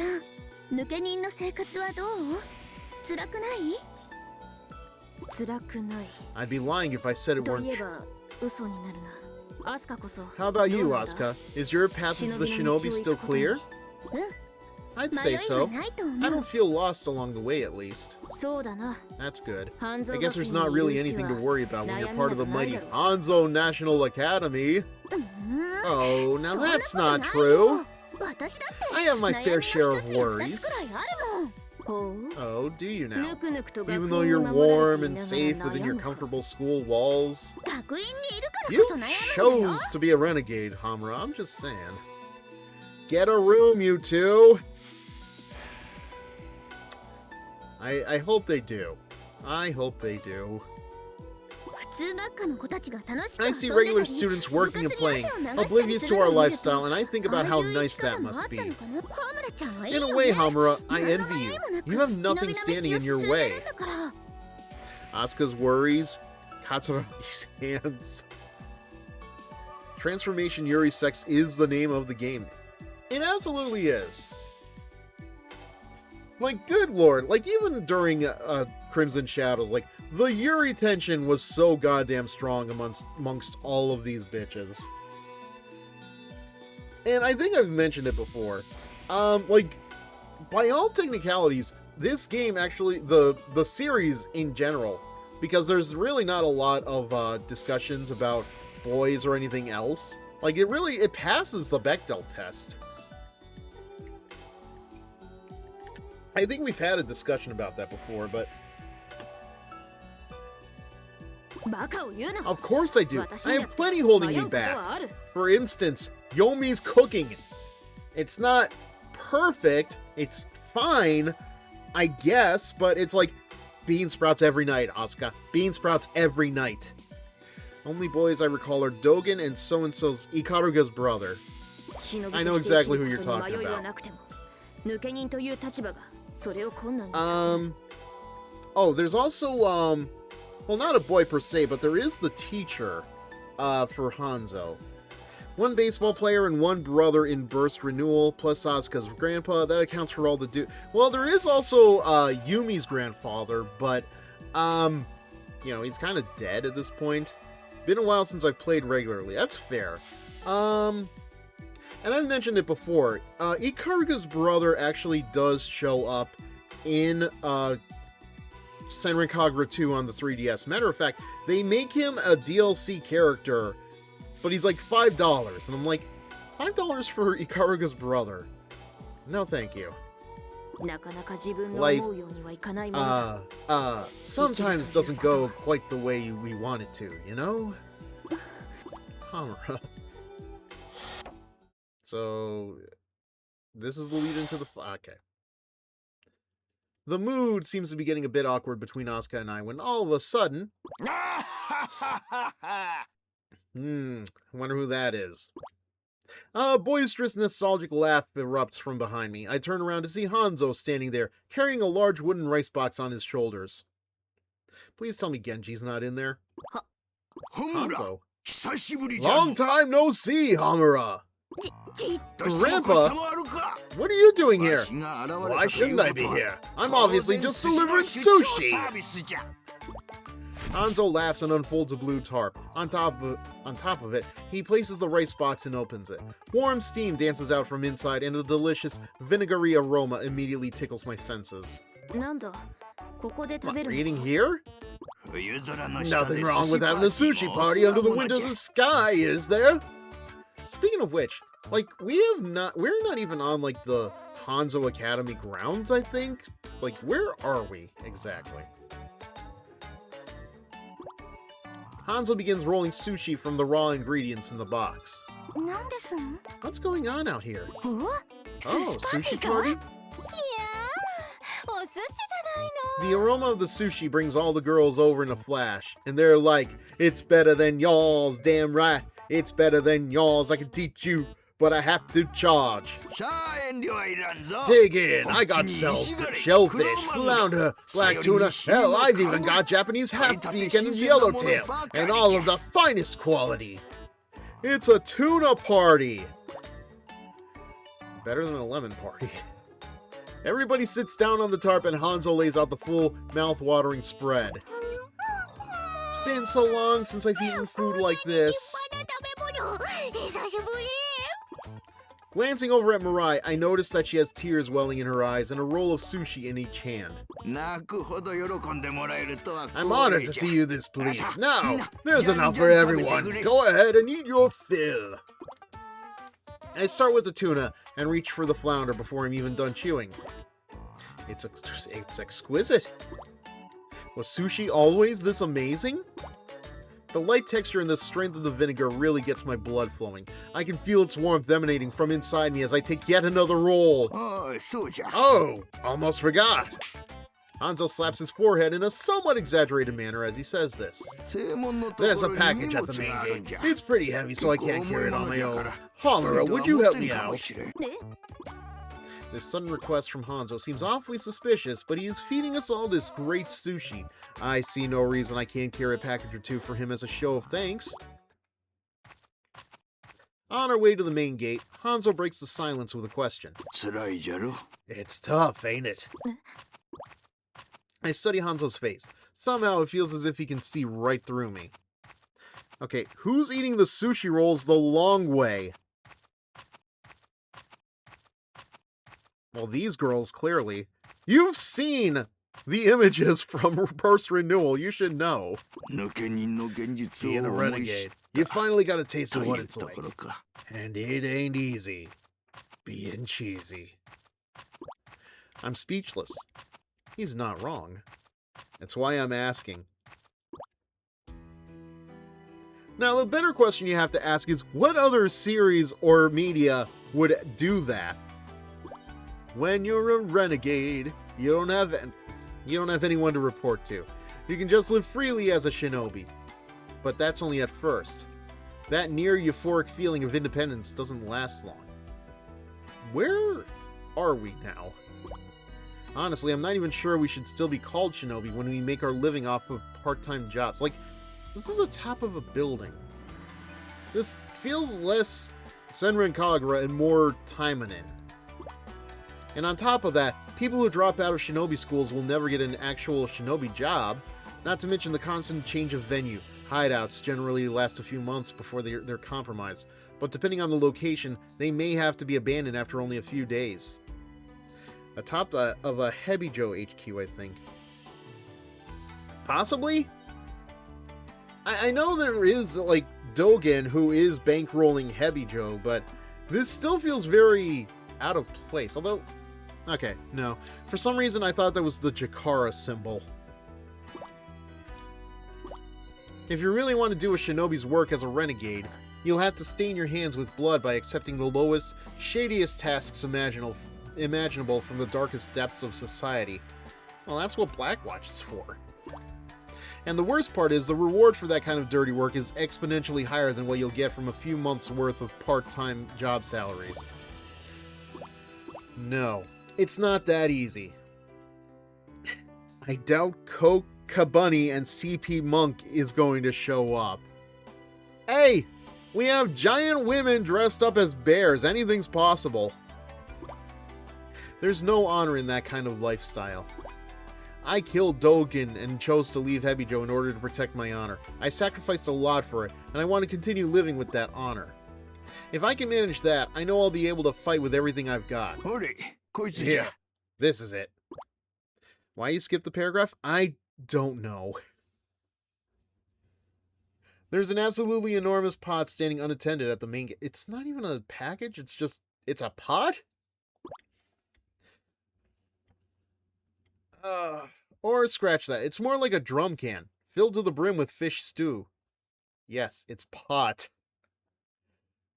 It's an enormous... No. They got it wrong then. It's an enormous stash of pot. An enormous pot stash. He brought this here on his own? Pretty impressive for an old man. Hanzo and I each grab a handle and together, we lift it off the ground. It's so heavy, it feels like my arm is about to be ripped from its socket. It has to be a good 650 pounds at least. It's a pot!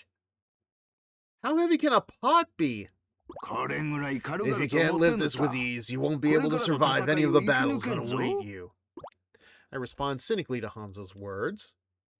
What battles? The only thing I know how to do at this point is search for new part-time jobs. A big pot, and very heavy if it's filled. I don't know, at that point I feel like it's more like a cauldron. I don't know. I'm trying to imagine like a pot that is like 600, that is able to hold 650 pounds worth of food. Oh, brother. Homura, you saw Orochi, right? I didn't just see it. I went through a hell of a lot with that thing. I got bored by it, goddammit. My memory... Ugh, that fucking baby scream. My memories of the incident at Hebijo Castle are still hauntingly vivid. Everything was planned by Dogen. We were all meticulously groomed with the end goal of reviving Orochi.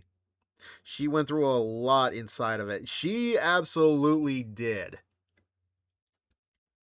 I mean, hey, not only did she get to go through the deepest caverns, she also saw the bluest skies, the greenest grass, the tallest trees.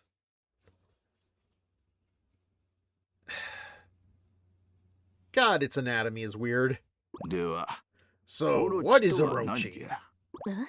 Well, it's a Yoma, I guess. That's what I was told anyway. Alright then, what's a Yoma? And Haruka's huge tatas. Yes. Oh dear. I feel like I purposefully changed the difficulty on that one to easy because not only was I told ahead of time it was a gauntlet, but like, Jesus Christ, seeing what Haruka is in that thing, I would have lost my fucking mind. Good point. Try as I might, I can't answer that. I've never seriously given any real thought as to what Yoma is beyond just a demonic entity. Generally, only Shinobi school graduates are permitted to hear this, but since you're a renegade, it should be all right. You had to begin with?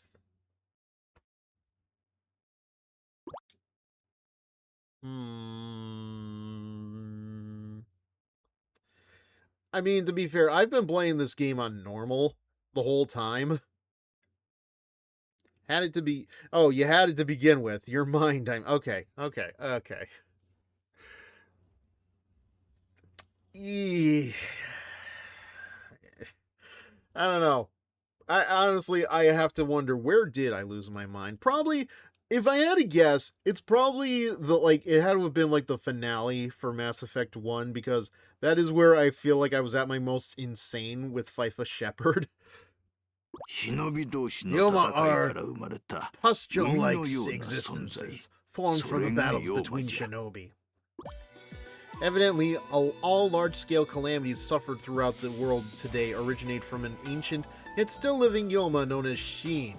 It's the heart, the soul. Godzilla? As long as the ancient Yoma remains undefeated, major disasters will forever continue to plague the population. For sure you lost the last week with Ryobi and Riona. My mind comes and goes. My mind wanders. But in order to defeat Shin, it must first be pulled into our own time. And the only way to do that is with the Shinobi Barrier. Blood spilled within it is the most effective bait to lure Yoma out from hiding. And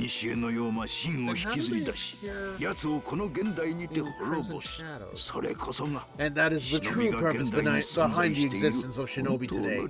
To bring out the ancient Yoma, Shin, and exterminate it. I don't entirely comprehend Hanzo's words, but the more I listen to them, the more my blood starts to boil.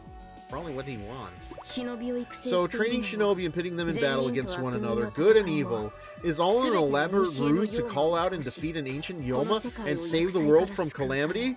Well, when you put it like that... Right you are. And the shinobi groups chose to fight against the Yoma are known by a special name. They're called Karuga. Kagura. Exactly. And Kagura is a title with no prejudice. Don't matter one bit if you're a good shinobi or an evil shinobi. Renegades are just as eligible for it too. The only qualification is power itself. You could say it's a calamity trigger. I hate that makes so much sense. I don't hate the joke, I hate that it makes so much sense that you could actually call it that. With that said, Hanzo once again begins staring intently at my face, as if studying it for signs of my reaction. Homura. Thank God I don't have a blur for air horns. Homura, strive to become a Kagura. Yes, and sword/shield.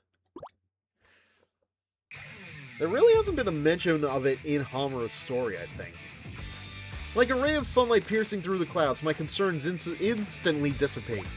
My path, no, our path is not that of evil shinobi or renegades, but Kagura. That is the destiny which awaits Homura's Crimson Squad. The pawn in my hand feels weightless to me now as a newfound strength wells up from within my very soul. Be prepared though, Homura. The path of the Kagura is a harsh one indeed. Are you certain you're up to the task? He already knows my answer. His smile says as much. Do you even need to ask? My companions and I... My companions and I will become Kagura. You have my word on that. I return his fearless, boundless smile. Good, now please get out of the story, Hanzo. Your voice is killing me tonight. I even did like vocal exercises before this stream.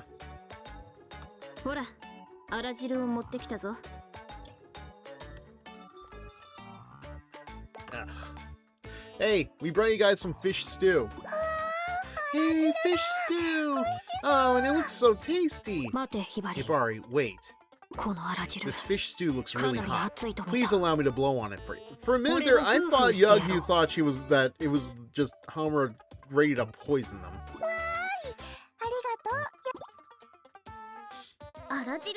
Fish stew is nice and all, but we have other matters to attend to, Homura. Other matters? You worrying about being a renegade? Remember? Oh, that. I'm fine now, actually. Though please, don't let me stop you from dwelling on your own worries.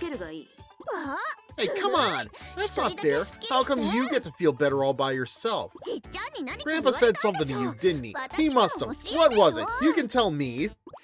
Oh, I don't know if you're ready for it yet. Focus on your training for now. Well, aren't we feeling all high and mighty? I've been training every single day, you know. You think you're ready to prove it? Come on, let's see if you want it badly enough. Maybe you can figure out what Hanzo said to me that way. Bring it on! Guys, please, not around the pod. Who is responsible for this? I demand that you show yourself! Who are you? Homura! I don't even have anything to say to that one.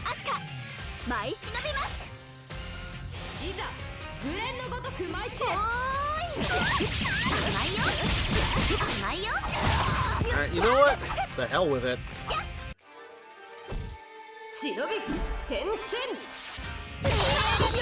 Okay.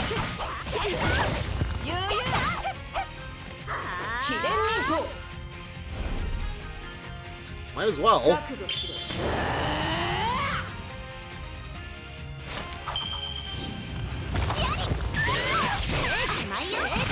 Now look at this. She can just walk. She doesn't even run. She just walks. Like, goddamn Ara farming Homura.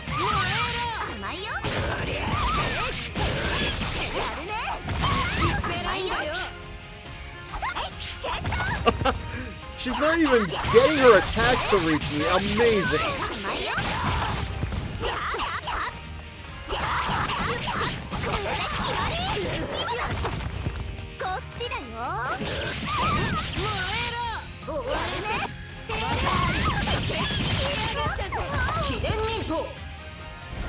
Homura is better than Zora. Ara.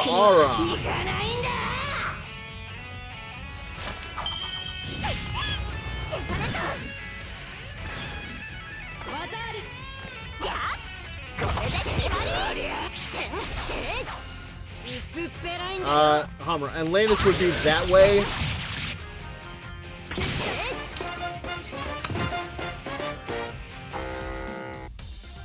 You are really good at timing that out, Fred.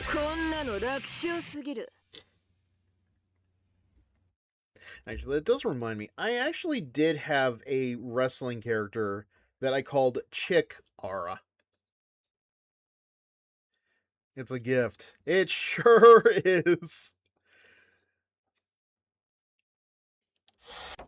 Never really amounted to much, but I liked the name enough to like try to put it to a character.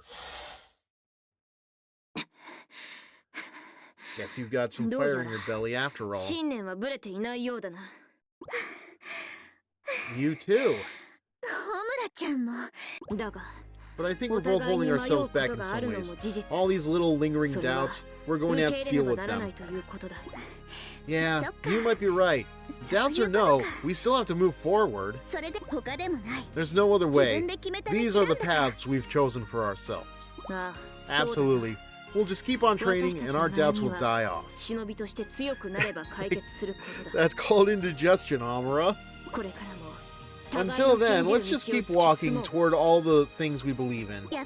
You know, it's kind of amazing how these little skirmishes help clear things up every time. Thanks, Homura.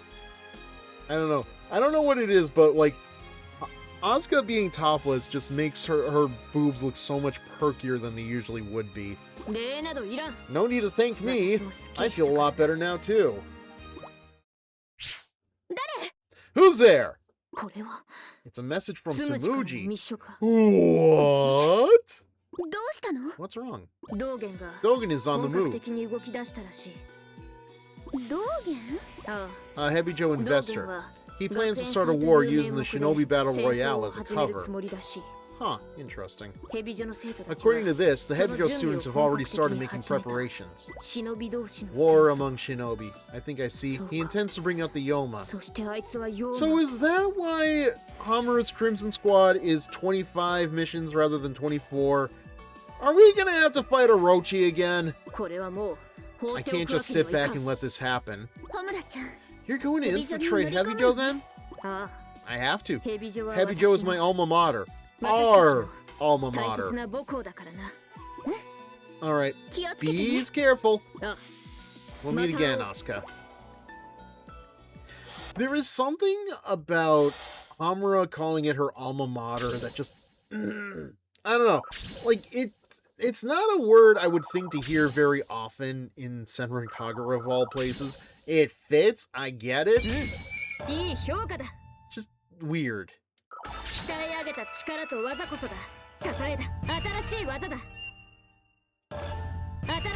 to see if we can pull those ultimate moves off. I think it's gotta be like R1 and circle.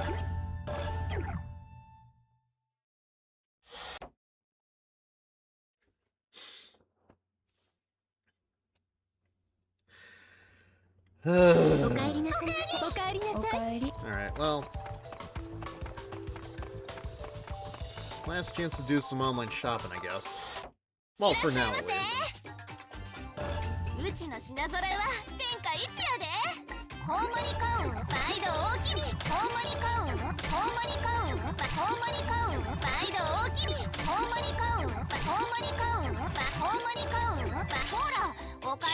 Okay, wow, yeah. Spent that all. And again, there's not much in the way of like outfits I think that are left to purchase. What do we got here? 1, 2, 3, 4, 5, 6, 7, 8, 9. Yeah, not a lot. Anyway.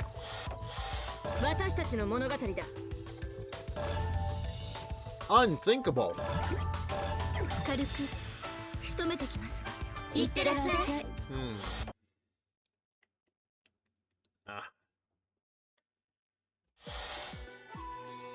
Oh, you haven't even left yet? Homura, you seem to be doing well. Master Suzune, why are you here? Are you planning on stopping Dogen? He's using a Shinobi Battle Royale as a cover to start a war, but even that's not his real motive. You're right. He wants to use the blood spilled among the Shinobi to call upon that Yoma. And then he plans to use it for personal gain? I see you've done your research. Well, if you call talking to an old man research, but I have, and it helped me find a path for myself. Straight to that Yoma's defeat and to the man responsible. That sounds like a fine path to walk. I walk a mile inside this pit of danger. Then perhaps I should tell you of my purpose here as well. I came here to speak with someone very important. Someone important? Hanzo?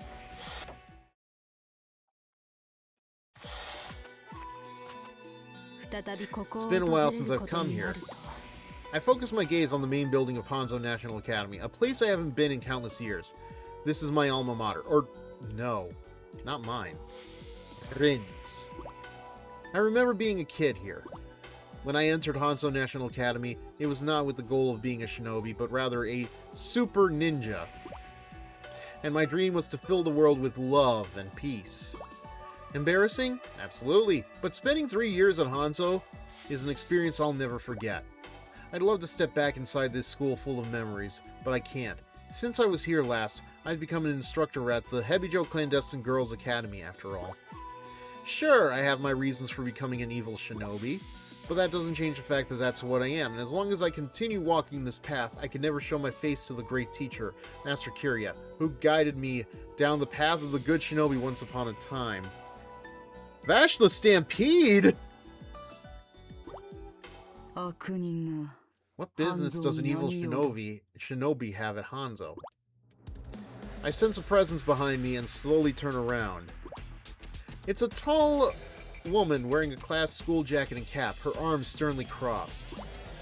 Because of the cap, I'm unable to see her eyes and can't seem to get any sort of read on her whatsoever. There's no opening to take, no weakness to explode. You might as well just call her Dai Jojo. Love and peace, she said the line. Okay, yeah, it is. I think I said it last night. Or, like, definitely not last... Like, at some point I did mention, like, it has been years since I've watched Trigun. I really should, like, give it another shot. You are hardly ordinary. It's clear she's focusing power into her fists. I quietly grasp my weapon. My kunai and her fists both enter the fray. We each dodge the other's attacks by only a hair each time. I jump past her without hesitation, building distance between us. You dodged my strike. This may yet be enjoyable. I didn't come here to fight. Too late. She'd already kicked off the ground and was in midair. I care not why you've come. If you want me to acknowledge you, you must prove yourself first. Guess there's no other choice. If that's how you want it, then eat this! Why is the sushi stick long, Suzune? I quickly ready myself, then spin both my body and my large shuriken at a high speed. Her fists and my shuriken crash into each other head-on at full force. Our powers are evenly matched and both of us are knocked back by the impact. Honestly, I'm pretty shocked. She was able to parry my large shuriken with her bare parrying, yeah. Have not done that a lot in this game, by the way. And there is an achievement for it. There's only one person I know who's capable of something like that. It must be her. Really? Who else would it be? She was a Hanzo Academy student during my time there, an underclassman. So you've come back alive. It's your wife, Rin. She lowers her fists and addresses me. After hearing those words, I got my confirmation. The Daidoji I knew was a cute blonde girl. If this is indeed the same person, I can't even recognize her anymore. I have to imagine, before, like, cute blonde girl, Daidoji, it is very hard to imagine that, but I have to imagine Daidoji must have been, like Shiki-sized or something. But from the ground-pounding fists to the eyes glinting through the crack in her hat, she couldn't possibly be anyone else. You came here to meet with Master Kiria? There's something I need to tell him. I see. Go to the master first, then. Afterward, we may fight again to our heart's content. Clearly Daidoji was Mirai's size. Honestly, you know what? That's all Mirai needs to do. All she needs to do is just, like, find an Autumn Ivy kind of regimen, and, like, she'll be bigger in no time. She did push-ups, sit-ups, and drank plenty of juice. Yes. Juice. I head to the roof of the school building. I've sensed Master Kiria's presence there since I first arrived. Man, you do so much talking during a Senran Kagura game if you're streaming it. There he is, like I feel like my cheeks just, like, dried up. I'm gonna take another drink, but like I just feel like I need to point that out.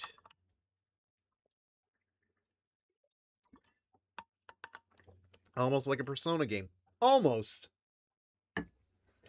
At least depending on the game, like Persona will at least have like some kind of English or a classic pre-FFX Final Fantasy game.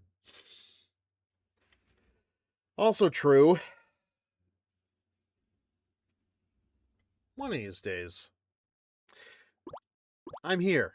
I'm finally able to meet him. My first instinct is to rush up to him.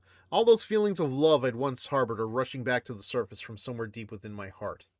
Like, at least, you know, Blaze Blue has, like, all of the dialogue there, and, like, I just commentate on it, but, man, knowing that Central Fiction does not have any English-dubbed dialogue is going to be the end of me.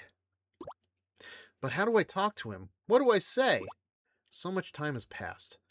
I must look like a complete stranger. He can't possibly even recognize me anymore, can he? Plus, I'm supposed to be dead. If I tell him I'm Rin, will he even believe me? What do I do? What can I do? Kiss him, you fool! While I'm in the midst of this unending worry, Master Kiria suddenly turns around to face me. Welcome home, Rin. Lash him? Well, yes, but I don't know if he's ever seen the boobs to recognize her. His voice echoes through my heart. It's just as I remember it, and he recognized me at first glance. My eyes begin to sting. I'm crying. I'm crying.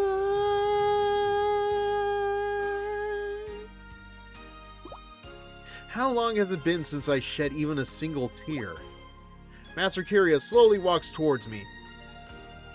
Honestly, just don't read the Central Fiction dialogue, play through it, and let the subs do the voices. You'll hate yourself if you try to read it all. But I have to read it for the audience. That's kind of what you do as a streamer. Emotional damage! I'm truly sorry we have worried you.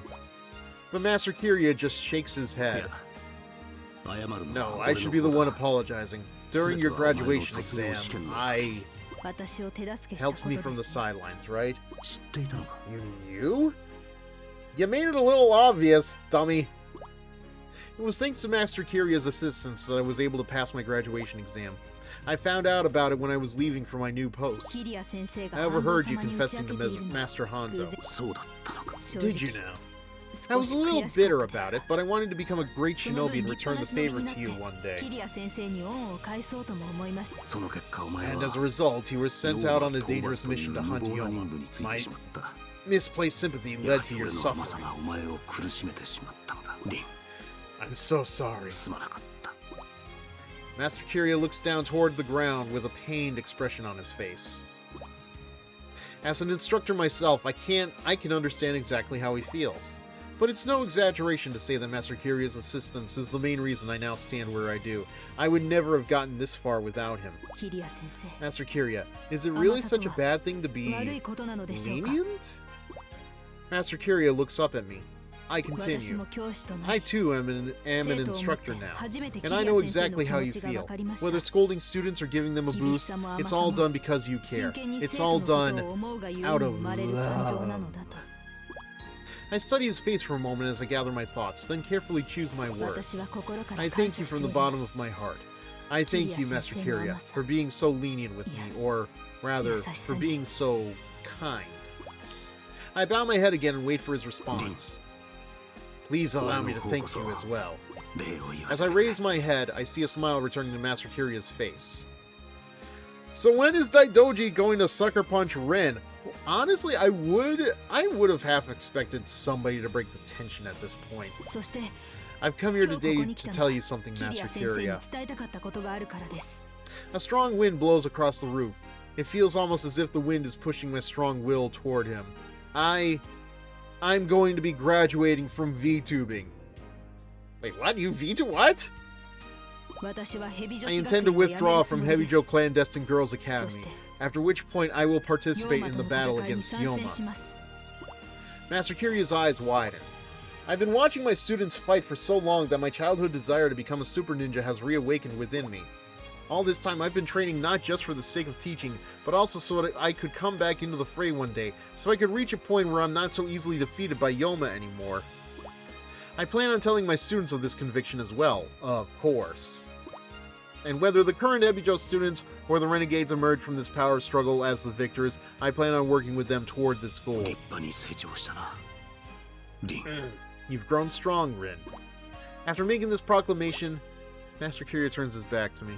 Showing tears to a student, be she current or former, is most likely something Master Kirya would prefer to avoid. I turn my back to him as well and walk away. Knowing Master Kirya's feelings, I am confident in my resolution to continue walking the path of the shinobi. And that confidence, inherited from my master, will be passed down to my students as well. That is how human history is and always has been. As I reach the doorway leading away from the roof, I turn around once again, and I scream with everything I've got to Master Kirya, "You'll regret this day, friend!" To which he would shout back, "I'm not your friend, guy!" Friend plays the recorder better. Hey, fuck your friend. Honestly, I don't even know why that came to me. It did. Well, okay, wow. Peace to the world, love and peace. So like, wait, did you just like strip off your clothes just to show off your shinobi outfit?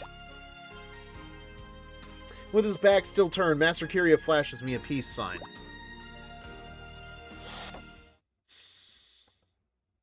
Well, listen, I'm not gonna say that was pointless. It's just like, she wants to fuck her sensei, obviously. It's not pointless. I'm just like, I guess where else were you going to put this stuff, you know? I said flash him. I feel justified. Well, close enough. Maybe our paths will cross in the future then. Homura, if you're going to stop Dogen, you must be aware that you won't be able to avoid fighting Miyabi. I know. You and Miyabi are both dear students of mine. I can't possibly choose one of you over the other. So, if somebody was to put a gun to your head and ask you between me and Miyabi, who would you want killed? Well, that's not really a reasonable question, Homura. I'm waiting. So Rin will choose Hikage. Whoever emerges the victor, she will be the one I would like to work with to defeat that Yoma. Of course. That's the Master Suzune I know. I'd have it no other way. I will observe your battles closely. Farewell for now. Give my regards to the others. Especially Broadway. Wait, the gargoyle? Alright, time to get everyone together and head to Hebijo. Okay. Been a long time. I should have left you. Without a dope beat to step 2, step 2, step 2, step 2, step 2, step 2, step 2. I don't even know where that came from. System is down. System is down. System is down.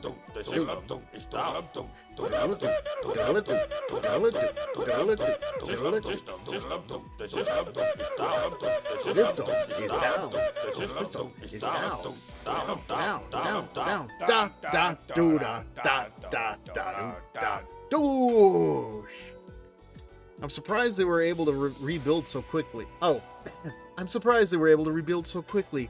It really doesn't look much different than when we were here. I don't know, it's more purple if you ask me. Also, the sky's not red. It may not look different on the outside, but it is where it counts. Don't forget that. Also, probably doesn't have that giant-ass spider hanging over the roof or anything, like what happens in Burst Renewal. You're absolutely right. Using that Yoma as a tool of war is unforgivable. Come on, everyone. We're going to kill Dogen and get our Hebijo back. And you think we're just going to let you get away with that? You ex-Hebijo renegades don't know when to give up, do you? How pitiful. You're one to talk. How does it feel to be completely under Dogen's control? Do you have any self-respect? Any sense of free will? Of course I do, Homura. But only when it comes to the clouds! Dogen sees nothing in you but fate for Yoma. Yeah, well, Yoma is so fat. Not that kind of mom. Save your breath. You might need it later. Miyabi, leave the rest to me if you'd please. Alright, the mission is in your hands. See to it you don't fail.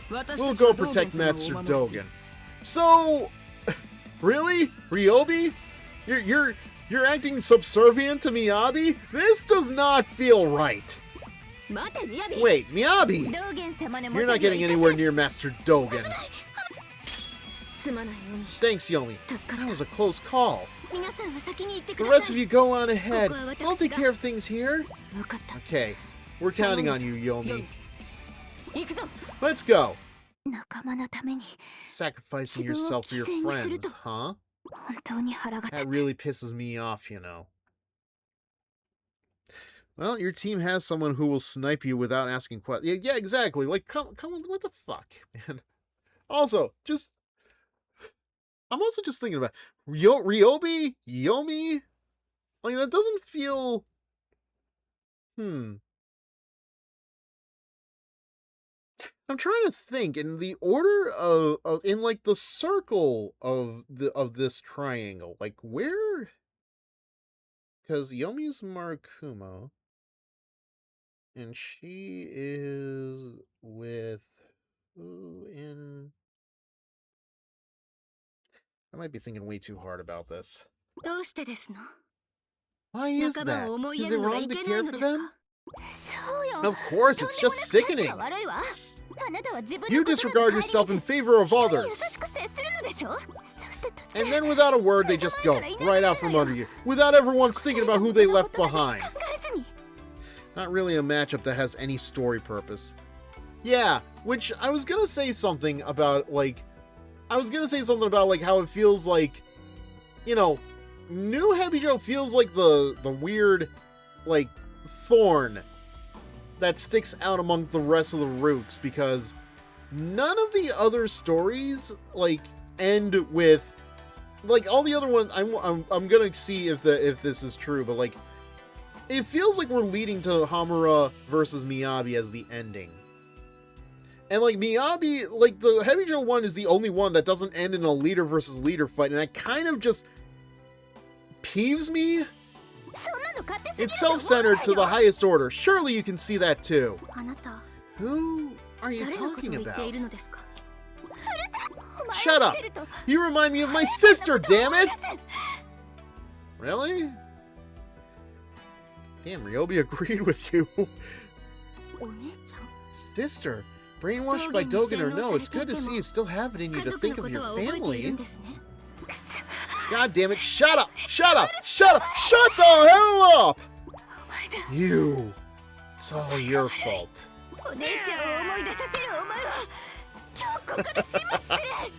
I don't want to remember anymore. I'm gonna end you right here, right now. I see. Seems this runs deeper than I thought. Okay, if there's something you don't want to remember here, I'll be sure to put it right out of your mind.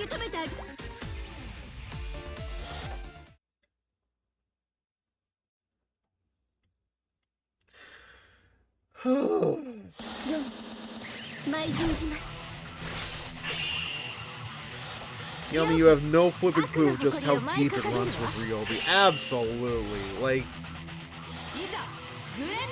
as far as I'm concerned, it doesn't seem like this particular bit of event deal with what we've seen already.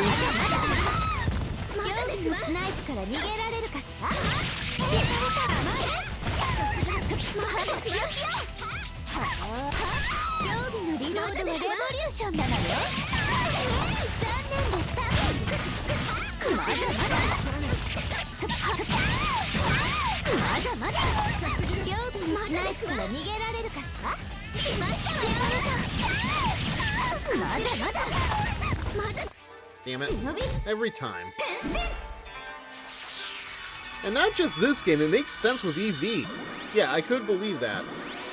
Like, obviously I didn't stick around for a lot of your playthrough of Estival Versus, but I could absolutely believe it.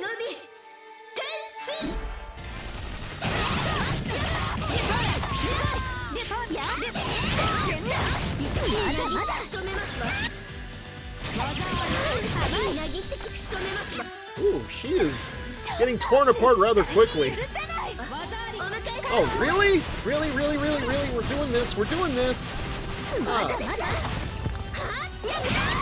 I don't think it has ever appeared outside of this. I'm not sure. Don't quote me on that, obviously.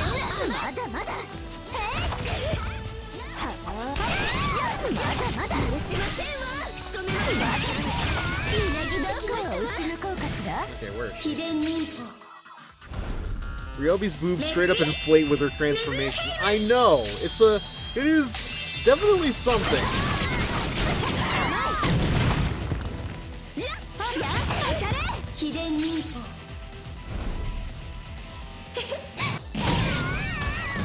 And I didn't even hit Ryobi that time. Come on!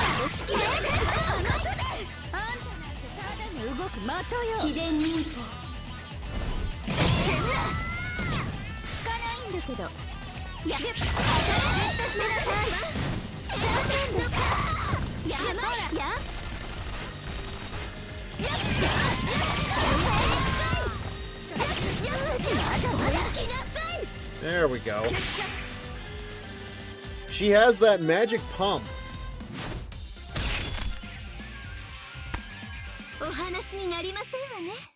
Honestly, like, that has to be somebody's thing.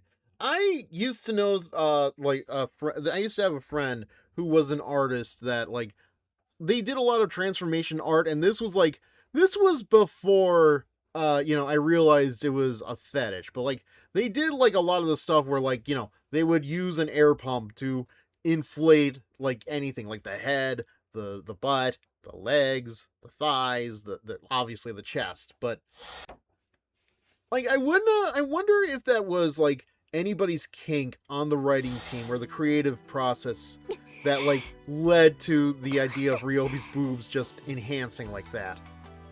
Why did you have to die? My dear sister.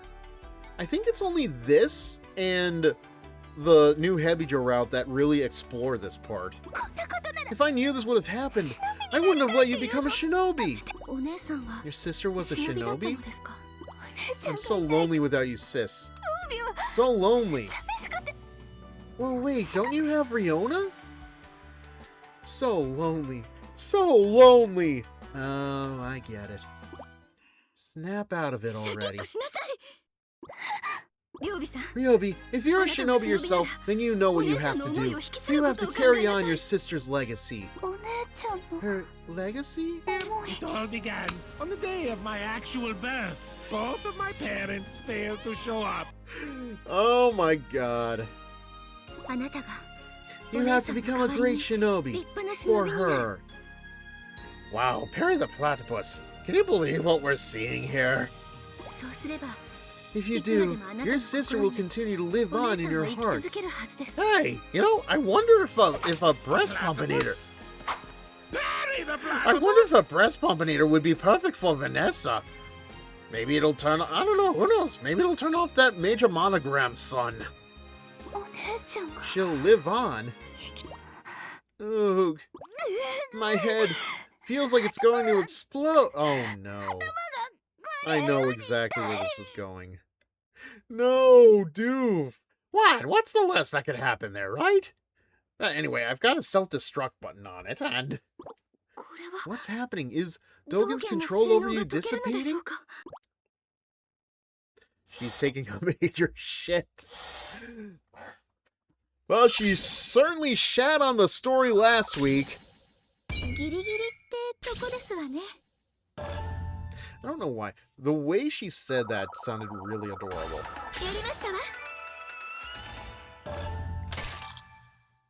There it is. Love and peace. You know what? All I can think of. Oh fuck! It's like selfie. No, selfie. Let's see. Quiz this or no? Somebody in Final Fantasy VIII. I want to say selfie says the love and peace thing, but that's only like in regards to what could this major political guy be saying at this press conference thing. It's been far too long since I've played the game. I don't remember the exact, but it's like I definitely remember that was a thing in the game. Oh, and the political guy is like a zombie. Go on ahead, Homura. This'll be my stop. Alright, I'm counting on you, Hikage. I think she said it, yeah. Oh, Emu. Looks like it's you versus me. About the politician. Yeah. Yeah, that was definitely... I can't remember, because like in my head I'm spelling it S-E-L-P-H-I-E, but it's like I might be having that name wrong. Because like I remember everybody else from Final Fantasy VIII. Irvine, Zell, Squall, Quisitus, Rinoa. Selfie just seems like the one I forget the actual name of. It is Selfie. Thank you. Thank you. Yeah, I fight him on the train. I think he's an easy one to kill, though, because of, like, the zombification. Because, like, if he's already undead, and if I have Regan, like, I could just cast it on him, and it kind of, like, takes away his HP over time. Use a Phoenix Down or Healing Magic. Yeah, that too. Thank you. Come on, let's get to battling. Something the matter? You've changed, Hikage. No matter how much I taunted you before, you never wanted to fight. And now you do. Well, you know what? Now I don't want to fight you. Sophie offered love and peace, but when everyone rejected it, she was left with no choice but to dole out judgment. Ah, good old days. Well, I have a reason to fight now. As long as I've got one of those, I'm good. A reason to fight? And what might that be? So I can stay with my friends. That's as good enough a reason as any, right? You're throwing your life away for that? I'm not throwing my life away. I don't have any intention of dying here. That's the best response you can muster? Me? I don't care about this life. I'd gladly give it up for Master Dogen's sake. Don't you mean sake? I know what I said! For Dogen, eh?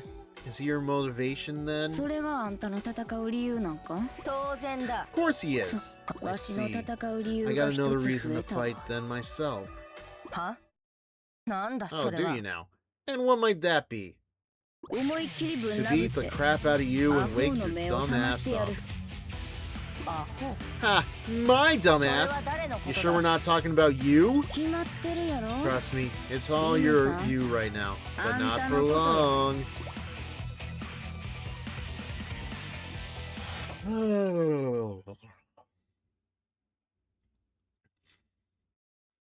I don't know why I did that.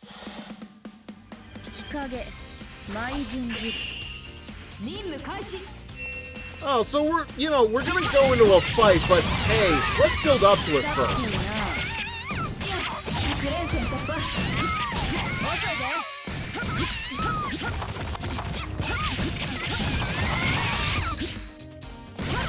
Alright, I saw you said something, Fred. I'll get to that in a sec.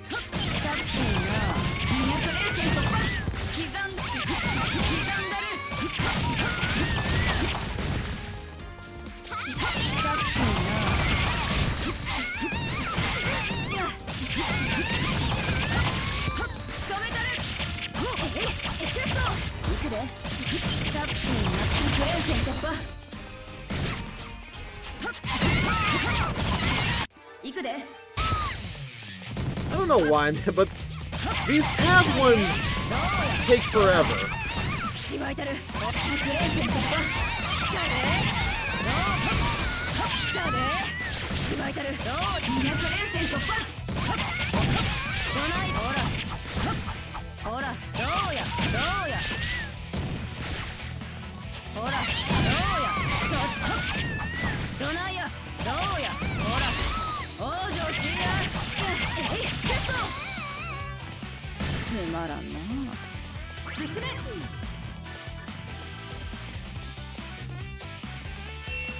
Nope. Now this matchup works because Hikage will give Imu shit all throughout EV. Wait until you get to EV. Even on easy, some enemies take forever. Oh, it's gotta be worse, especially like... It's gotta be worse in your case, if only because...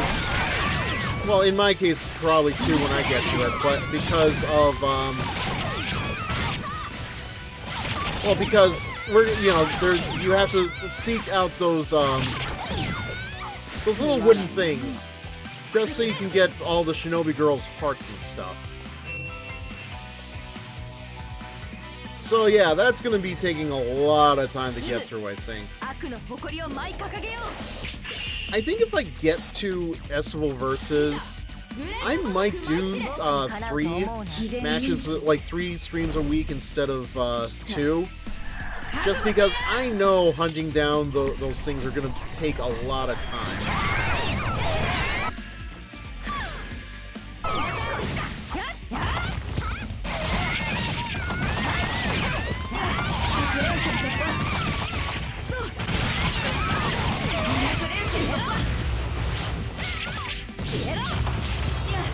Damn it.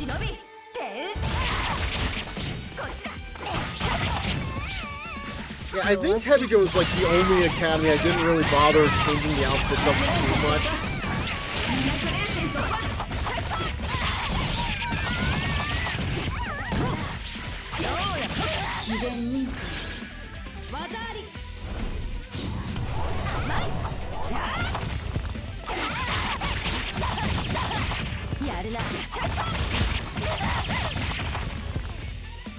And that was it.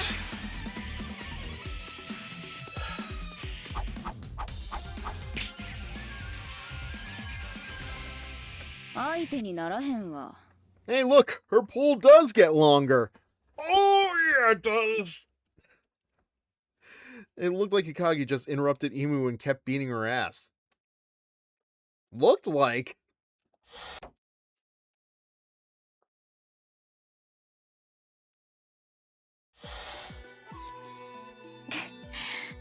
How could I lose? How you feeling? You awake now? Because they're sounding so offended by that. Yeah, I don't think I let Imu touch me like once after the transformation. Is it because of your friends that you've changed so much? Nope, it's also the coke and heroin. During the transformation sequence, it just cut out. Yeah, it did, didn't it? When I'm with them, every day's a party. And I just want to let them know I'm having a very good time. And if I can protect that, I'll change. I'll change all I have to. I remember your eyes being so cold. Oh, I remember your eyes being so cold. You had no mercy. I thought you were terrifying, but I admired you for it. And now you're a shinobi who fights with her friends. Sounds like a bad joke. No, you want to hear a bad joke.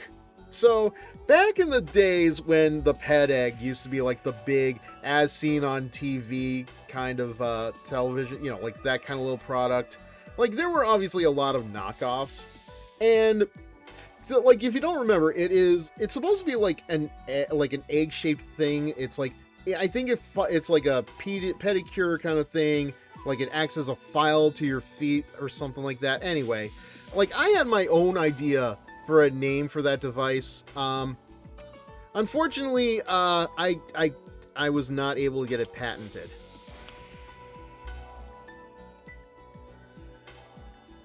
If you want to laugh, go right ahead. But you're stronger now than you were back then. It's kind of easy to see why I lost. Is that so? Glad to hear it. Ooh. She must have heard my bad joke. She must have figured out the punchline to the joke. What's wrong? My head really hurts. Like it's about to split wide open. Is Dogen's spell over you breaking? What is this pain? Shadow, it's me, the devil. Stop! I'm here to convince you to do sin. Guess it ain't gonna break quite that easily. I was gonna say, it's what they call it, a period, Imu. Looks like if we don't defeat Dogen, things aren't gonna go back to normal. Actually, I saw on Reddit the other day, somebody posted a comic of An and Makoto talking in front of Ryuji and Ren about their periods, and like they had to explain the whole thing. But like the thing that stood out to me about that particular comic is that like one of the they actually spells out Shujin doesn't have a sex ed class, and I'm like, huh? I mean, I don't know how true that is, but surely that, like, how is the Japanese sexual education in Japan, obviously, but so that means it's all on you, Homura. Don't let us down. What do you mean it's all on you? Like 2 more fights before we get to Homura. Also, has anybody been able to figure out the punchline to my joke?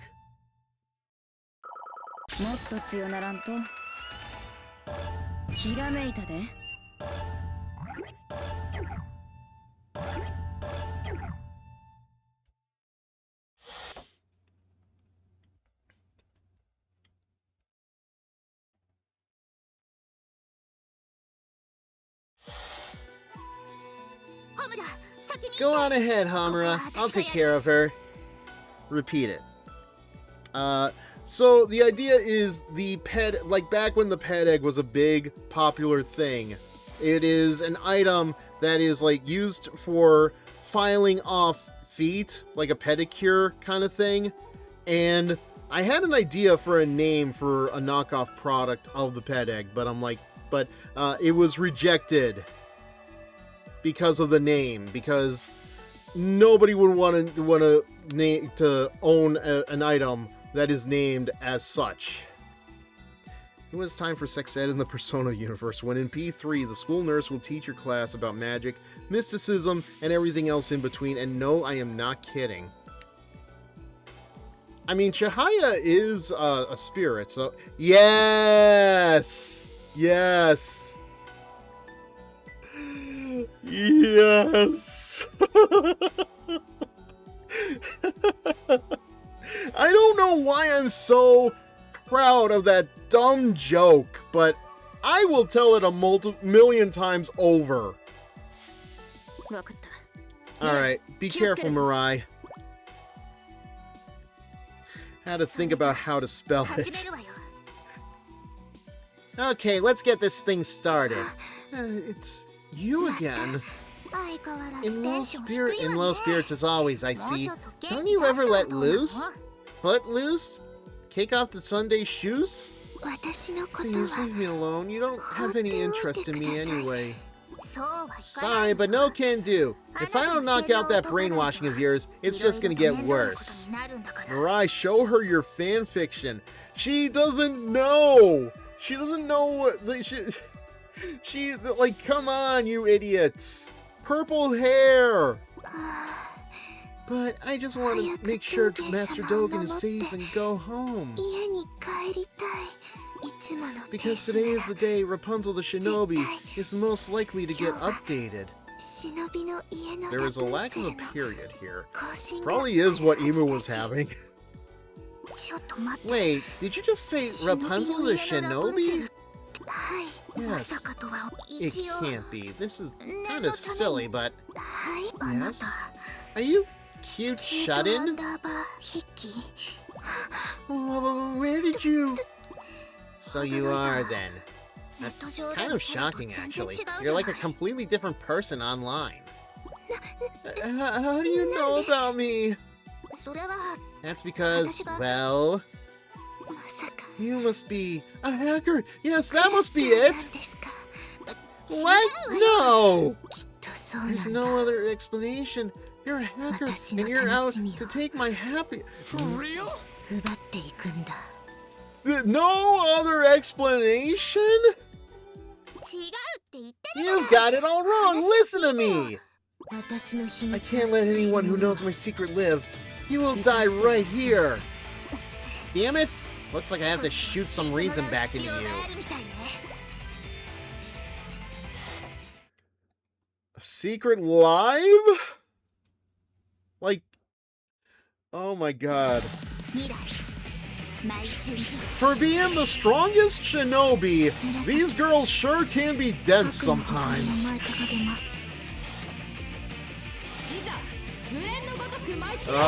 This room.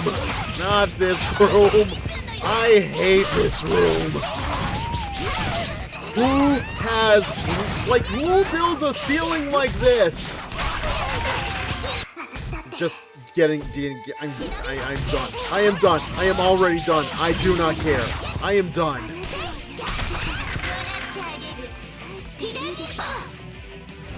Well, the Japanese clearly. Then they need some talking to, and I got just the gun for it.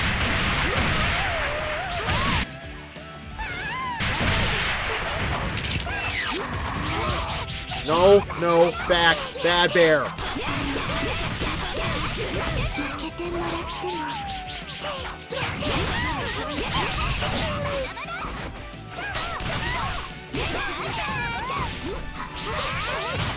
All that and all you did was tear her skirt. I know, it's how humiliating. Now where is she?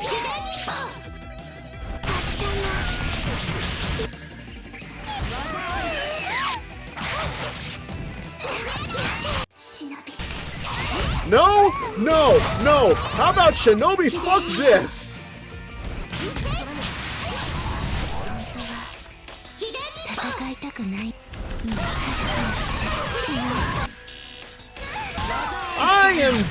I am done with all y'all's bullshit. Just nothing but done.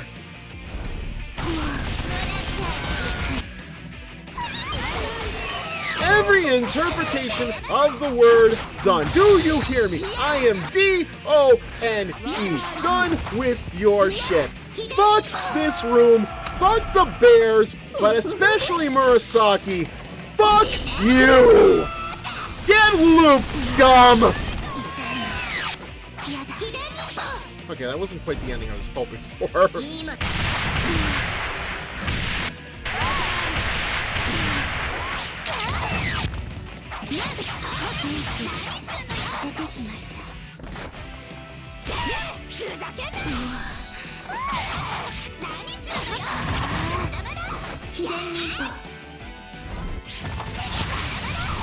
Oh Jesus, oh Jesus.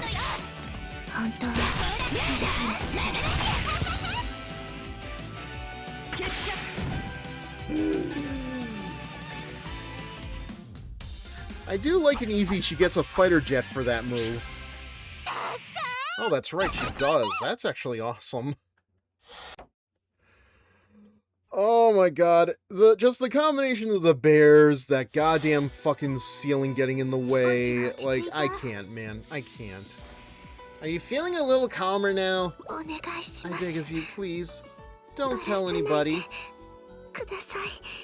Oh, come on. It's just a itsy bitsy teeny weeny little purple polka dot bikini.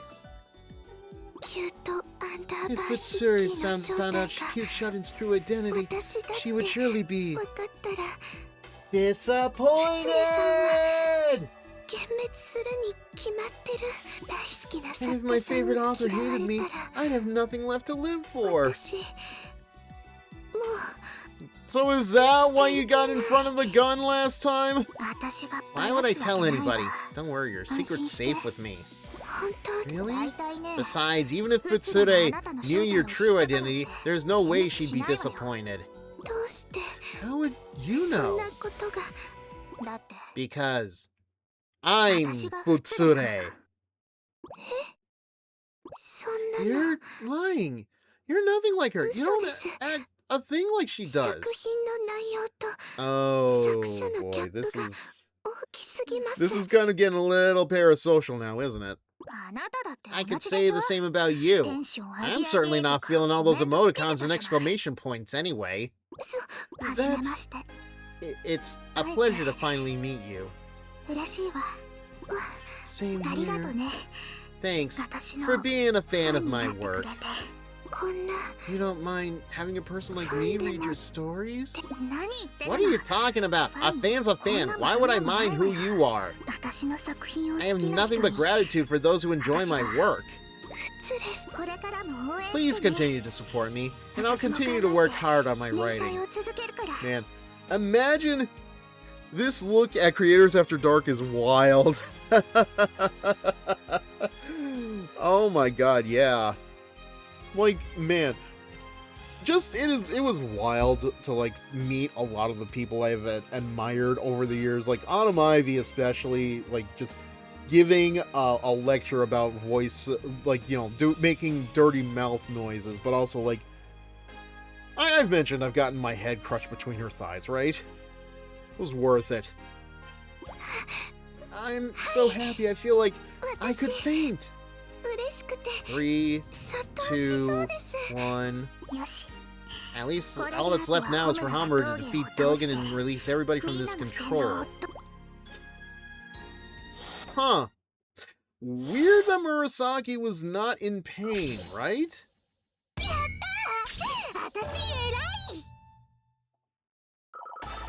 So I think all that's left is... Wait. No, that's 3. So wait, yeah. Wait, no. Murasaki's joy overrides the pain. Seems to be the case. So wait. Okay. Right. I don't know why I forgot these two.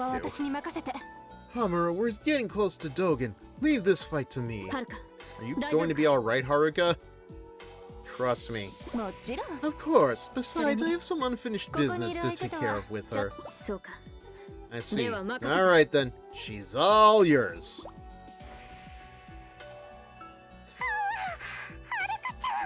Riona, have you been a good girl? So this is where Riona's mind breaks. I've been very obedient. I don't even have it, like, there's no other way to comment on it. You're absolutely right. I've been waiting for Mistress Haruka to hurt me again, and hoping it would be even more brutal than ever before. Are you sure you've been good? You haven't resorted to hurting yourself, have you? No, I swear. Oh, I can't take it anymore. Haruka! Haruka! Can we start now? Please, please! I want to feel your punishment right this minute! No. Wait. Easy there, girl. You've made it this far. Why not savor the moment now that it's here? Did Dogen even brainwash this girl? Murasaki is one thing, but yeah, Riona, I don't even know if there's anything in there. Like, she may be smarter than Ryobi, but I still believe her that there is just, like, no brain, head empty. Though I must admit, I'm right on the edge as well. Actually, that is very fitting. Especially with Haruka. I really want to mess you up, Riona. Please do everything to me. I beg of you. Hurt me every way your mind can invent. Alright, let's begin. Into the Garden of Madness. I'll follow you to hell itself if I can feel the burn. Like, Riona may be a joke, but I have seen in, like, a lot of spaces recently. Erkenhelm? That's not you! Although that might as well be the energy between these two. What was I gonna say?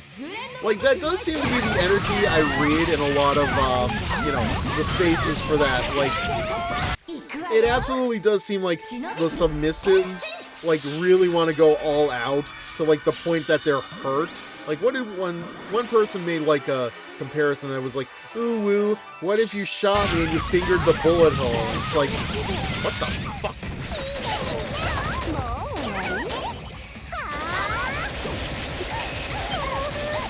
Wow, you are making this very difficult to avoid you. It has to be this room. It has to be this room.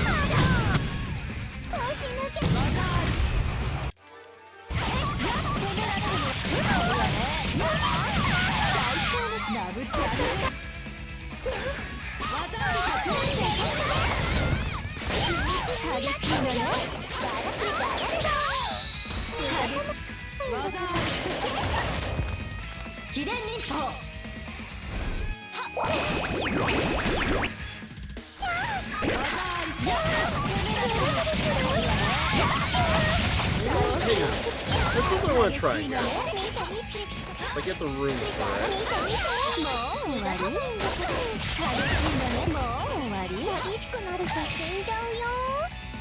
Get out, get, damn it.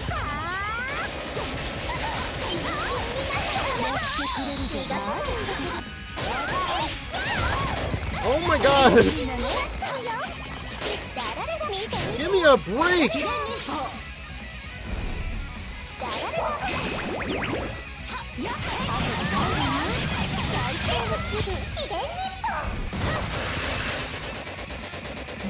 There we go. Been trying to do this one the whole match.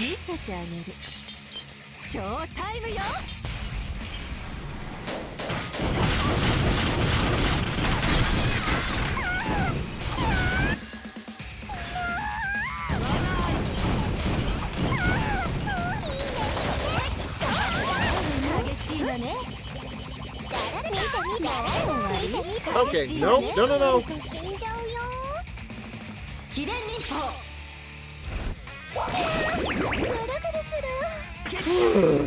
Well, I'm glad I got to pull it off, but Jesus Christ, was that a lot of work to do.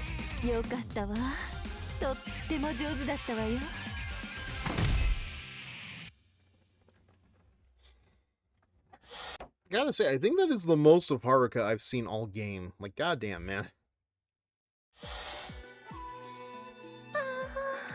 What a beating. Again and again. That was exquisite. I have no regrets. I want for nothing. You're already satisfied? But I was just getting started. You're so strong, Haruka. Thank you. Not many people understand my fetish, so I was starting to feel kind of lonely. Where else would it be? Outside on the roof? I would prefer it to this goddamn room! I'm not gonna lie. True. That's why I was so happy to meet you, and happy that you accepted me for who I am. There's no reason I wouldn't have, but there's one thing you don't seem to realize. I'm not alone. There are lots of others out there who will accept you just as readily. Honestly, like, I could definitely see Haruka getting Hibari, Riona, and even Minori on a leash. Really? You? Really promise? The world's a big place. There is absolutely a place for you in it. Someone who needs you. You think so? Thank you, Haruka.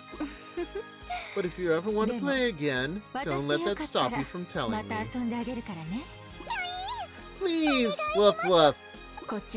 Everything seems to have gone smoothly here. The rest is up to you, Homura. Okay, so that's two of them so far that have not felt any kind of pain, so... We're like half and half right now, I think, right?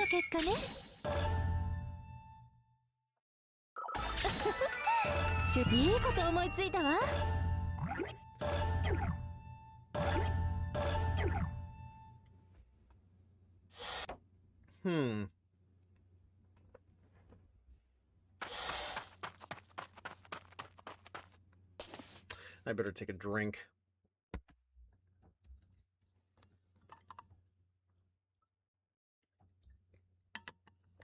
I reach the top of the keep and find the door to the ninja room wide open. A man in a suit stands deep within. He has a tall, sculpted stature that suggests he's more shinobi than mere investor. It's him. It's Dogen.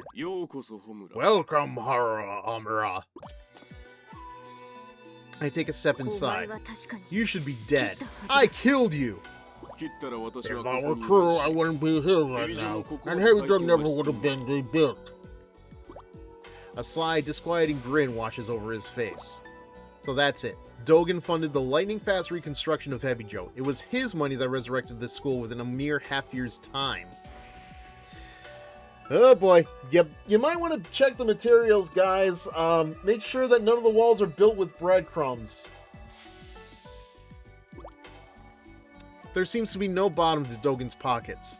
A lot of HeroFizzer sponsors are big corporations, but Dogen, one man, is responsible for funding the lion's share of the evil shinobi training efforts. Yeah, just wait till his funding is cut off from Hungary. Previously, it was established that his purpose in doing this was to resurrect the Yoma, Orochi, and use it to do his bidding. I'll have you know they used the finest breadcrumbs money could... I should do the right voice. I'll have you know they used the finest breadcrumbs money could buy. And in order to prevent that kind of twisted ambition from coming to pass, I killed him. My blade split Dogen in two, both halves of his body collapsing to the ground at my feet like dead weights. I think I mentioned this last time, or maybe earlier this stream, but in Senran Kagura 2, I think it's literally just they disrobed him. Yet somehow he now stands before me, alive and well, grinning like a madman. So, how about some tea? I won't fail again. This time, I'll make sure he's really dead. Dogen! But you're supposed to be dead! I guess this makes you double dead! I draw the 6 swords from my back. Oh, planning to kill me again? Using Yoma as a weapon of war is completely absurd. For some reason, this triggers a huge, resounding laugh from Dogen. A shinobi's true purpose is to call out the Yoma and defeat it. I'm simply doing what we all strive for. Now, you might be asking, why am I giving him this weird voice? The answer is, I'm pretty sure I gave it to him at some point during Burst Renewal. So, yeah. Bullshit! If you use that Yoma for war, countless innocents will die. You're nothing but a greedy bastard, only out to line his own pockets. Because he has jowls. I have to imagine, like, I have never seen I've seen Dogen in Senran Kagura 2, but it's like, I don't know. Like, in my head, all I can imagine is just, like, he has, like, a turkey neck, you know? Dogen begins to laugh even harder. If you're going to laugh, why don't you laugh in hell? Within an instant, I close in and plunge my blades through Dogen's throat. His head separates from his body and rolls through the newly formed pool of blood at his feet. Oh, that was easy. Who are you attacking, Homura? It's Dogen's voice. From behind me. I spin around on my heel to see Dogen standing there as if nothing had happened. What is this? But you here with the face and the head still connected to the body, and the you at the desk and you but here and the now and the who and the hoiven. It is. Dogen snaps his fingers. The pool of blood and the severed head disappear in a cloud of smoke. Damn, an illusion. Yeah. Dogen is a shinobi master? Question mark? Yeah. Not quite. It's actually a hypnosis technique, and I am already in complete control. My vision blurs without warning, and my knees begin to quiver. Shit, when did you...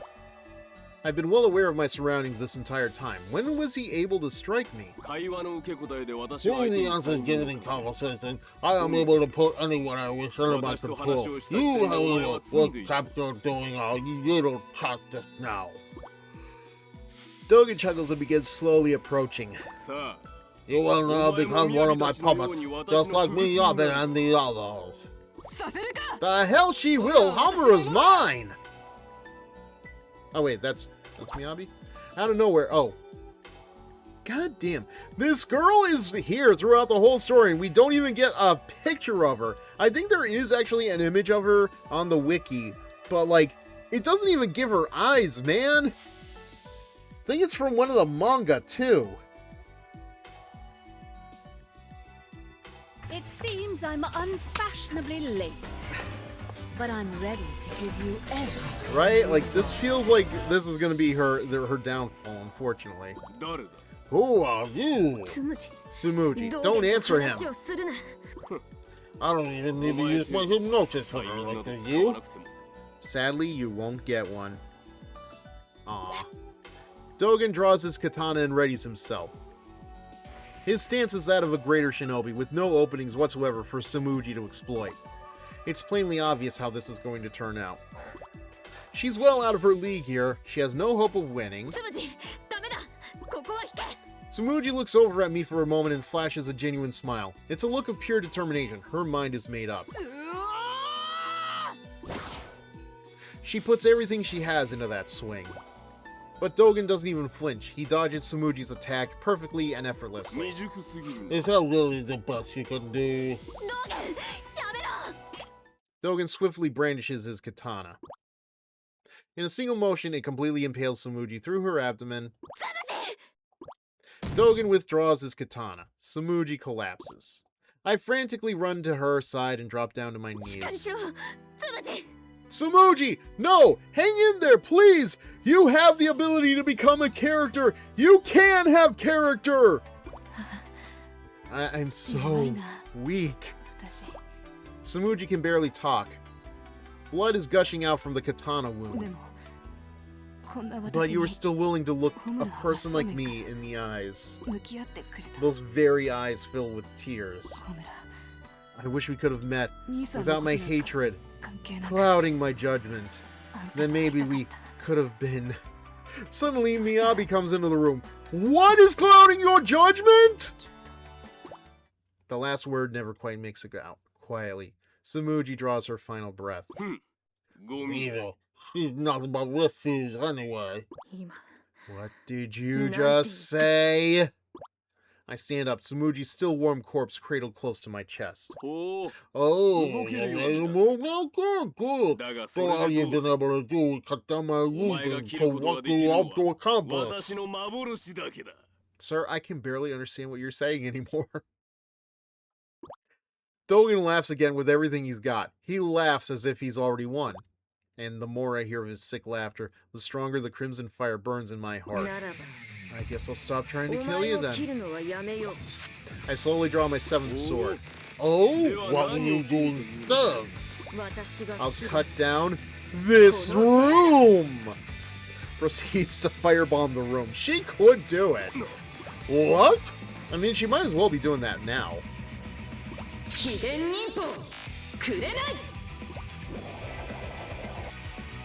I begin slicing up the very atmosphere of the ninja room with my seventh sword. It doesn't matter how much of what I'm seeing is illusion. As long as Dogen is in this room, my sword will definitely hit him. I hear Dogen's death knell from the corner. I got him. For sure this time. As I perform the maneuver, I can feel the resistance in my blade. Finally, I place the sword back in its sheath. The ninja room is now completely splattered with Dogen's blood and viscera. I quietly lay Tsumuji's body onto the ground. We'll meet on the other side, Tsumuji. And when we do, let's leave your brother out of it this time, shall we? You should have done his death cry with the voice. I'm sorry. You know what? Let me make up for that.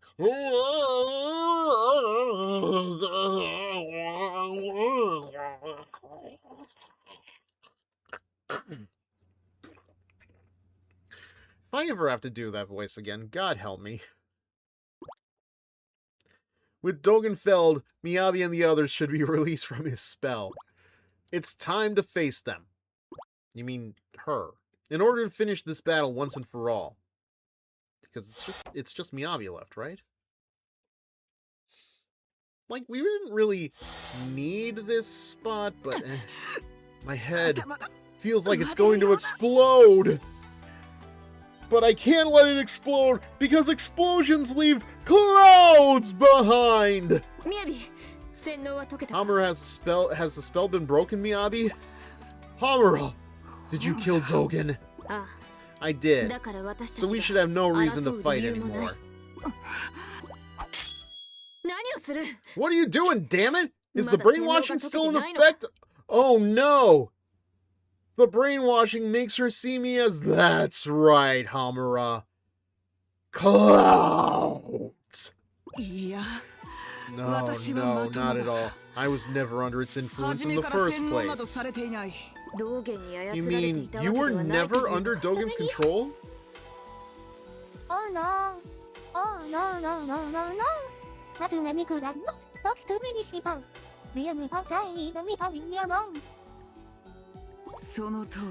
That's correct, though the other HeroFizzer students certainly were. So, you were backing Dogen willingly? My father is the principal at HeroFizzer. Oh, yeah, sure, that all clears it up. If I were to oppose Dogen, he'd lose his position. I'm sure you can understand. Well, no, my family doesn't suffer from nepotism, so... And in order to rebuild my school, my father absolutely must stay in power.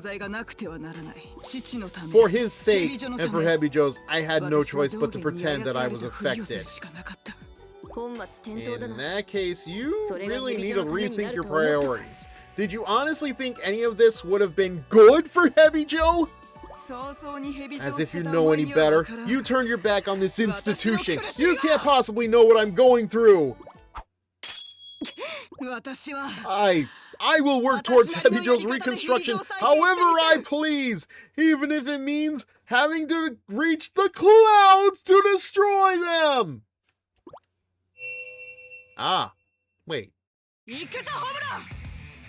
I'm coming for you, Homura! I, Miyabi, dance for the honor of evil! We both fight for HeroFizzer then. Let's get this over with. No, didn't you hear me? I only fight for... I submit myself to the dance of the Crimson Flame! As opposed to the dance for the Crimson Chin! Here comes the Crimson Chin! Alright, you know we gotta bust out the orange hair, right? Absolutely, Darkwing! Where are you?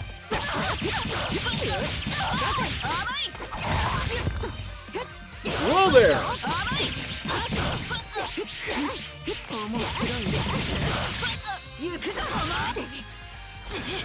I dance for the sake of the Blaze Blue!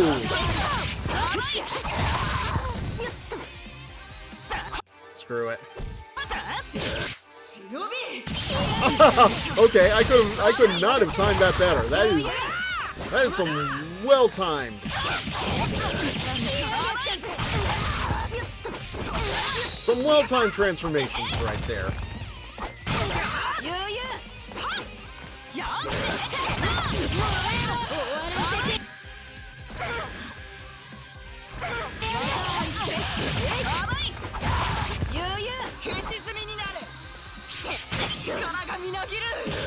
Really? You blocked me with your wing? How dare, ma'am? How dare?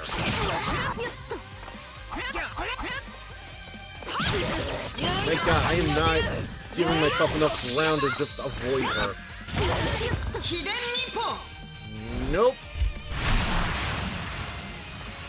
What the?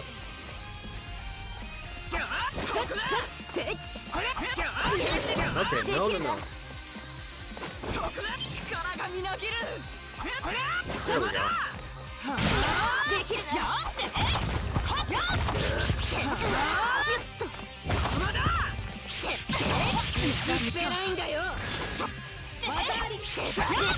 Nope. Oh my God. Nope. No, I'm escaping. Look at me. Escaping.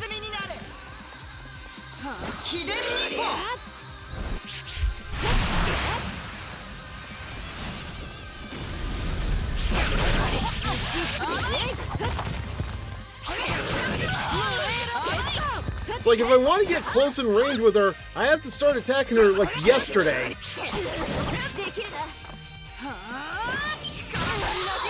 Oh god. Please stop!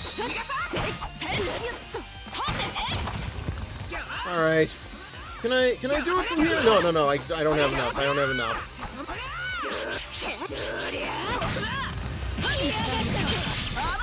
There we go. Okay, let's do this. No. Okay. Do I have to like stand still for it? No. Okay. All right. Never mind.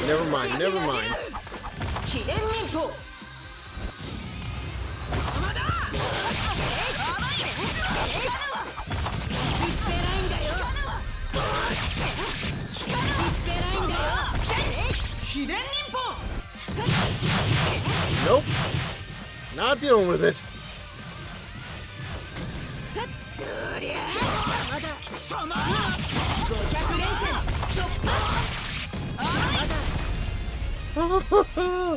I dance for the... Okay, why do her attacks have so much damn priority?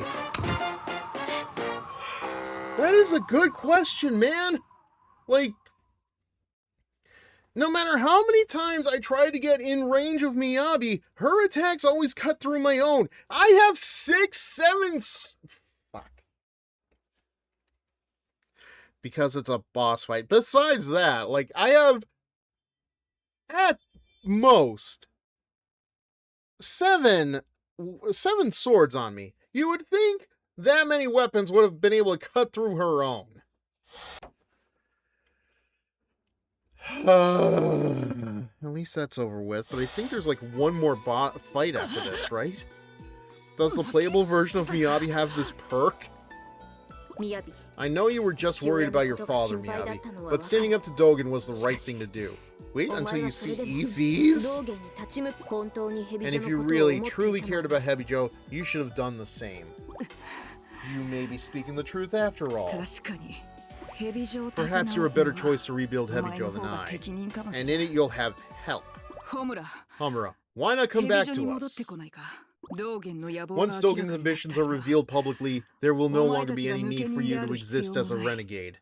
I appreciate the offer, but I'm gonna have to pass. It was my decision to leave. I believe it was the right choice for me at the time, and still is now. Besides, I have a new goal now. New goal? I'm going to become a Kagura and defeat Yoma. That is my path. The Road of Crimson. I see. In that case, perhaps we'll meet somewhere along that road one day. You're out to become a Kagura too? Of course. And when the time comes, I hope we can fight together against Yoma. How dare you talk about my mother that way? We will. I give you my word. I'll be eagerly awaiting that day. Until we meet again, farewell. I just realized they're both wearing the same damn pair of panties. That was not intentional. I tighten my grip on the sword in my hand and examine my surroundings. All I can hear is the rustling of the trees. In a forest this large, I should hear birds chirping as well, but there are no signs of any living creatures anywhere. It's true! I just realized it! Suddenly I hear the breaking of branches up ahead. I breathe slowly and focus on completely erasing my presence. From here on out, any breath I take could easily be my last. Calm down, Homura. Calm down. A beastly growl resonates from nearby. Fortunately, there's no indication that it's detecting me yet. I have to move in closer and try not to panic. I quietly tighten the grip on my sword once more. Another roar resonates through the woods. This one is much, much louder. A wolf leaps out of hiding, directly into my path. A wolf with 8 eyes? I don't remember that from 2. There you are, Yoma bastard. The Yoma bares its fangs at me and runs in for the kill. I jump back and throw a volley of shuriken. One of them strikes an eye dead center. The beast stops in its tracks, stunned. A quick quack up its whippy tail, and the beast was done.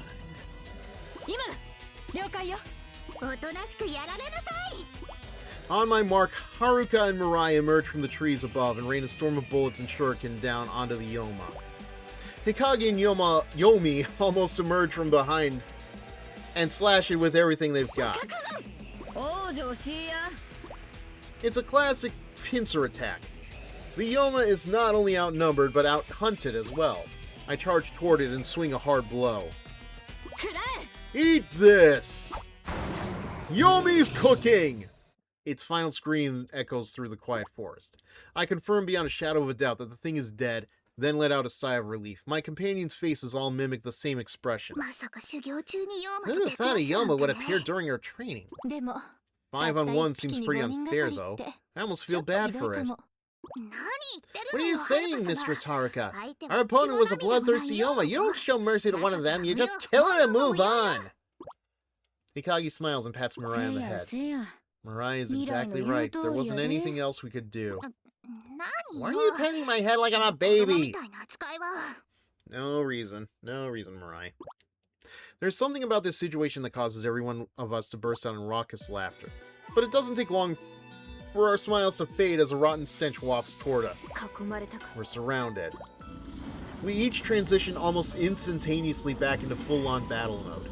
There are Yoma on all sides of us. Seems we may have celebrated our successful ambush a bit prematurely, and now the tables have turned.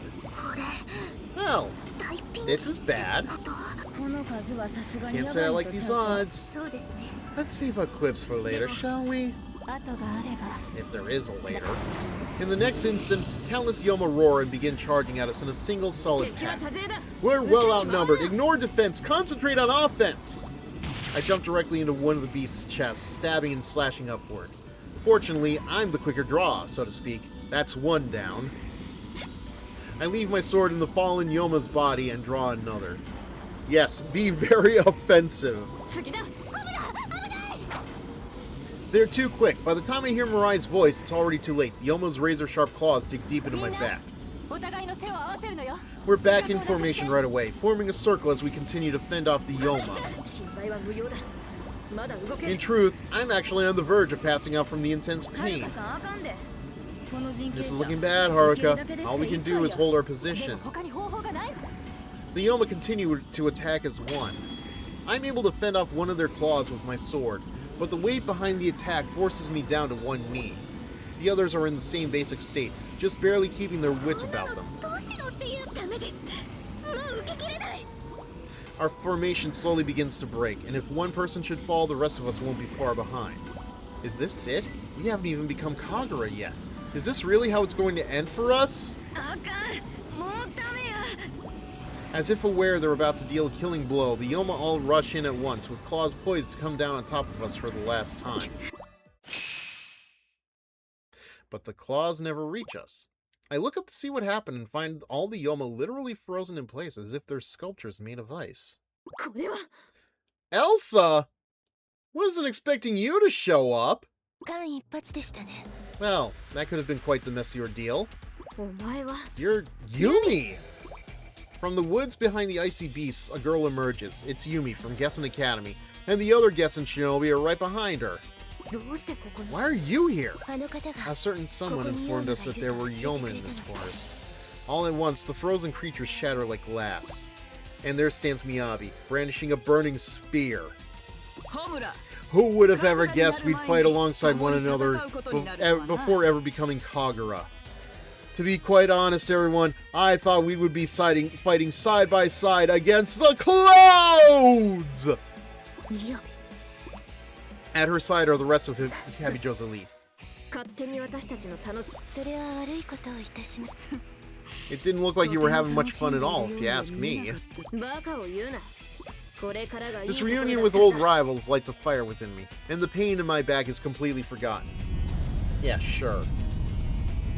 But only for a moment, of course, as the ground begins to shake violently. There better be an illustration for this scene, right? In the next second, the ground opens up and another Yoma appears before us, this one made of boulders. It's as large as Orochi and looks like a demon straight out of hell. Buchi! The demonic creature opens its mouth. Magma spills out from its This sounds fucking awesome. We're not gonna get a goddamn illustration of this at all, I think. Chunks of magma fly from its mouth like bullets. And then a shadow appears right in front of the magma bullet. Yeah, I knew this was gonna happen. With her Wakazashi, I'm sure I know it's a real weapon, but god damn it, just saying it out loud like that. There's an annoying chatter all around me. It seems the entire Hanzo group has also decided to show up. True to her word, Asuka quite literally offers me her hand, which I graciously accept. I'm back up on my feet right away. I'll help out. But just this once. Well then, I suppose I'll just have to allow you to allow me to help you out. I'll have to allow you to allow me... I don't know.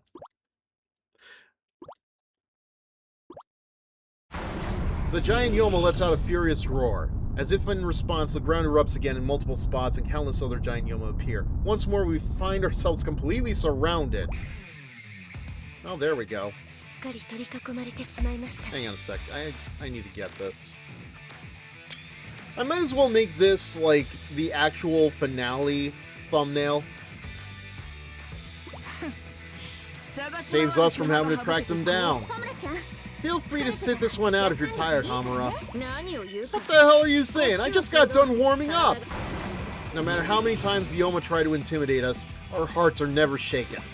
No matter how many giant monstrosities show up to kill us, we have nothing to fear. Because we are among friends here. Beloved, trustworthy friends. That's it? Yep, that seems to be it. Song slaps though, I'm not gonna lie.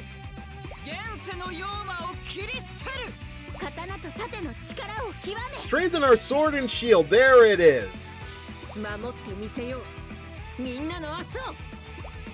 We grip our weapons as the giant Yoma stare us down. Our true tales begin here.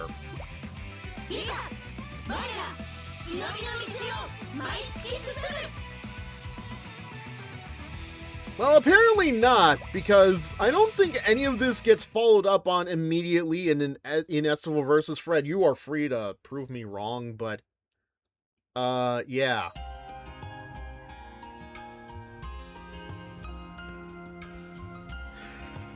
Yep, that is it. That is all we get. The path to Kagura stuff does. Fair enough.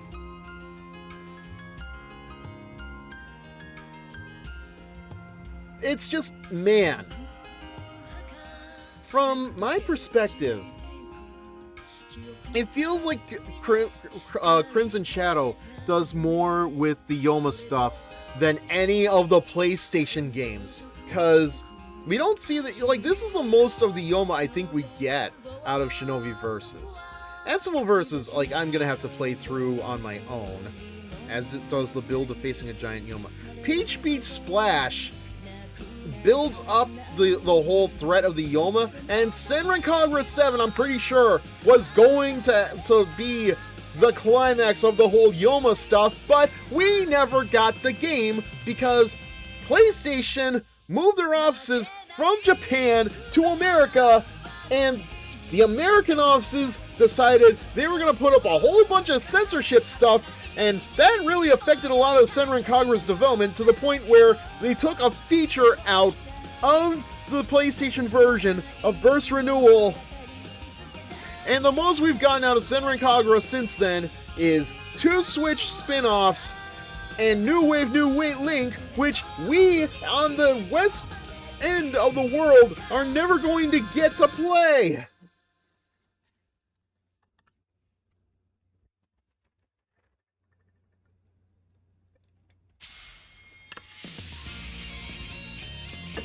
The ending was fine here, though. I have no complaints.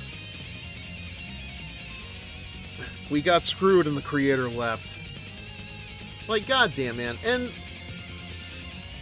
here's like my biggest complaint. Like, I feel like they definitely try to do what they could with New Wave, New Link. Like, because thanks to the gacha craze, it definitely feels like they were trying to cash in as quickly as they could because they knew that, you know, they could get some kind of whales out of everybody. And it's like, I'm just mad, man. It's like, I know there's another anime. I haven't touched it. I don't know if it's good or not. Because I tried watching an episode of the original anime episodes dubbed, and it's just like, I feel like I'm watching Speed Racer the whole time. Like, none of this is the fault of Marvelous or Honey Parade or anybody else. It is the fault of Sony, and it just pisses me off, man. It's like... Oh, so there's a monkey?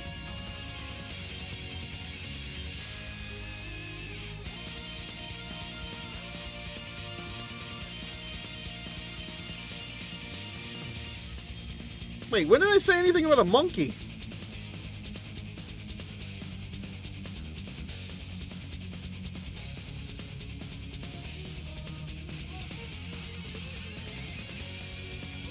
Did I mention a monkey? You said it reminded you of Speed Racer. Oh, ha, no. No, not in that regard. Like, what I mean is, like, the manner in which the... Yeah, I really did. I care about Senran Kagura, man. I really do. I honest to God do care about this franchise, and it pisses me off that it was not able to continue in a fitting manner. But yeah, no, as far as, like, the Speed Racer comparison, it's like, they do not waste time in, it's like the way that they speak through their lines in Speed Racer, the original one, obviously, like they have to get all of their words out. It's like they translated literally, didn't bother to try to localize it properly, and had to get all of the words in one breath, and it's like, I cannot deal with that.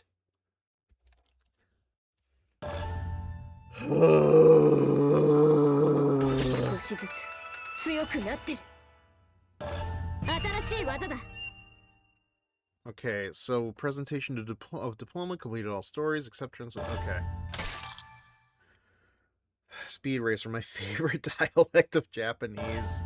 Like, man, like, I don't want to sound negative, because compared to what we got last week with the new Habijo students, like, this was a fine ending, but it's just like the fact that...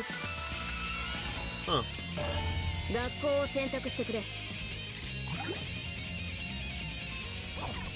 Okay, I guess we have to pick somebody. Oh. Well, we'll probably look at this next time. We'll go to the Hanzo school for now. Like, here, like, I don't know how...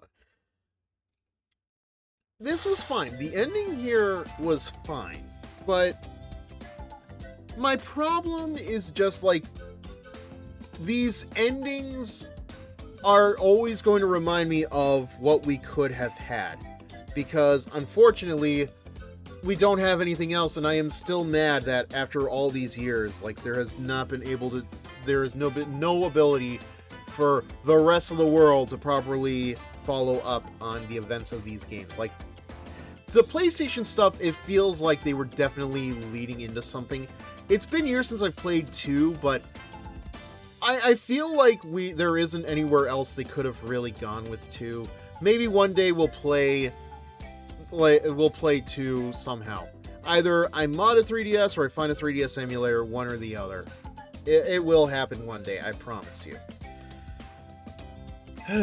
But you know what? Let's try to take a look at the positives. Like, for the most part, the stories in Shinovi Versus are fine.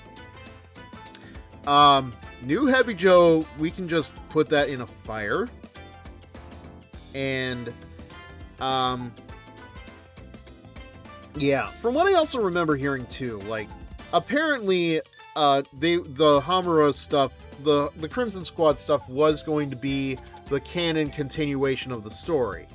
But I guess because, and I've talked about this before, I could be very wrong. It's been years since I looked this up. But apparently Yumi's popularity changed a lot of that, so I'm not 100% positive. But it does seem like they put a lot more focus on Yumi in, like, especially the marketing. Because she is all over the place with Essival Versus and Peach Beach Splash. Like, she feels... Ignore Ryobi and Riona and everything is fine. Yep. Okay. Alright. Alright, I think I've said as much as I could about this game, and we're not even done yet is the other thing. Like, we're going to continue on. We're going to continue forward with the Shinobi Girls' Hearts, because at the very least we do get some character stuff out of these things, so I'm especially looking forward to that. But wait, there's more! Absolutely there's more.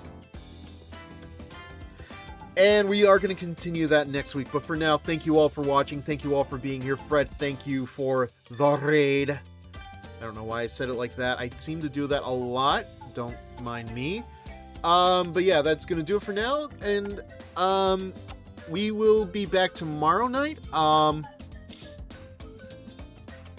Yeah, so tomorrow night, I wasn't really considering doing it, but it's like I will freely confess, like, between how, like, between the endorphin release that, like, you know, talking to other people in the games and, like, you know, seeing the, like, there are people that have been following me through it. Yes, I will be continuing with Dead by Daylight. I'll do it tomorrow. Monday or Tuesday I'm iffy on, because I do want to revisit Overwatch at some point. And, like, I want to dedicate at least, like, one full 3-hour stream to doing that. And to see if it's worth, like, doing a rotation of between that, Rivals, and Dead by Daylight. But, listen. I will freely admit, it is, like, good for the mind, good for the soul, good for the endorphins, but I have to admit, I am having fun with Dead by Daylight. I am not going to deny I'm having fun with Dead by Daylight. It is, like, there is no care for competitive in that field. Not in my head, anyway. Like, there are definitely some people that are just like, what the fuck? But, no, I am enjoying the game. So it's like, yeah, let's keep doing it. Especially, like, now's a very interesting time, because the last update, they just put out 2v8. So, that's gonna be fun. I'll probably do, like, maybe I'll see if Ash Alucard wants to join up for a bit. We'll see. But, on my end, like, I'll probably do, like, a couple of killer 2v8s and just, like, with, like, randos and see how that goes. But, we'll definitely be doing the survivors, because, you know, we have to wait as killers, like, the queue time. Oh my god, like 23 minutes as a killer in 2v8. I can believe it, but it's also just wild to me that it is that long. But yeah, that's gonna be it. So we're gonna do Dead by Daylight tomorrow night. Who are we gonna go? I'm feeling sleepy. Don't worry, man. We will be going to a raid in a moment. Let us see. Who are we going to go to? Alright, yeah. We'll go into Canny. We'll go to Cannibal Blue. We'll give her a visit for a bit. Not too long, though, because it is late, especially for me. But yeah, we're going to go into Canny Blue. We will raid her, and I will see you guys tomorrow night for Dead by Daylight. I might do 8 o'clock, just because it has become kind of the norm for a Sunday. But that's going to do it. So yeah, I will see you guys tomorrow night, 8 p.m. Eastern for Dead by Daylight. Not the same Fizzer time, but the same Fizzer channel. Good night, everybody.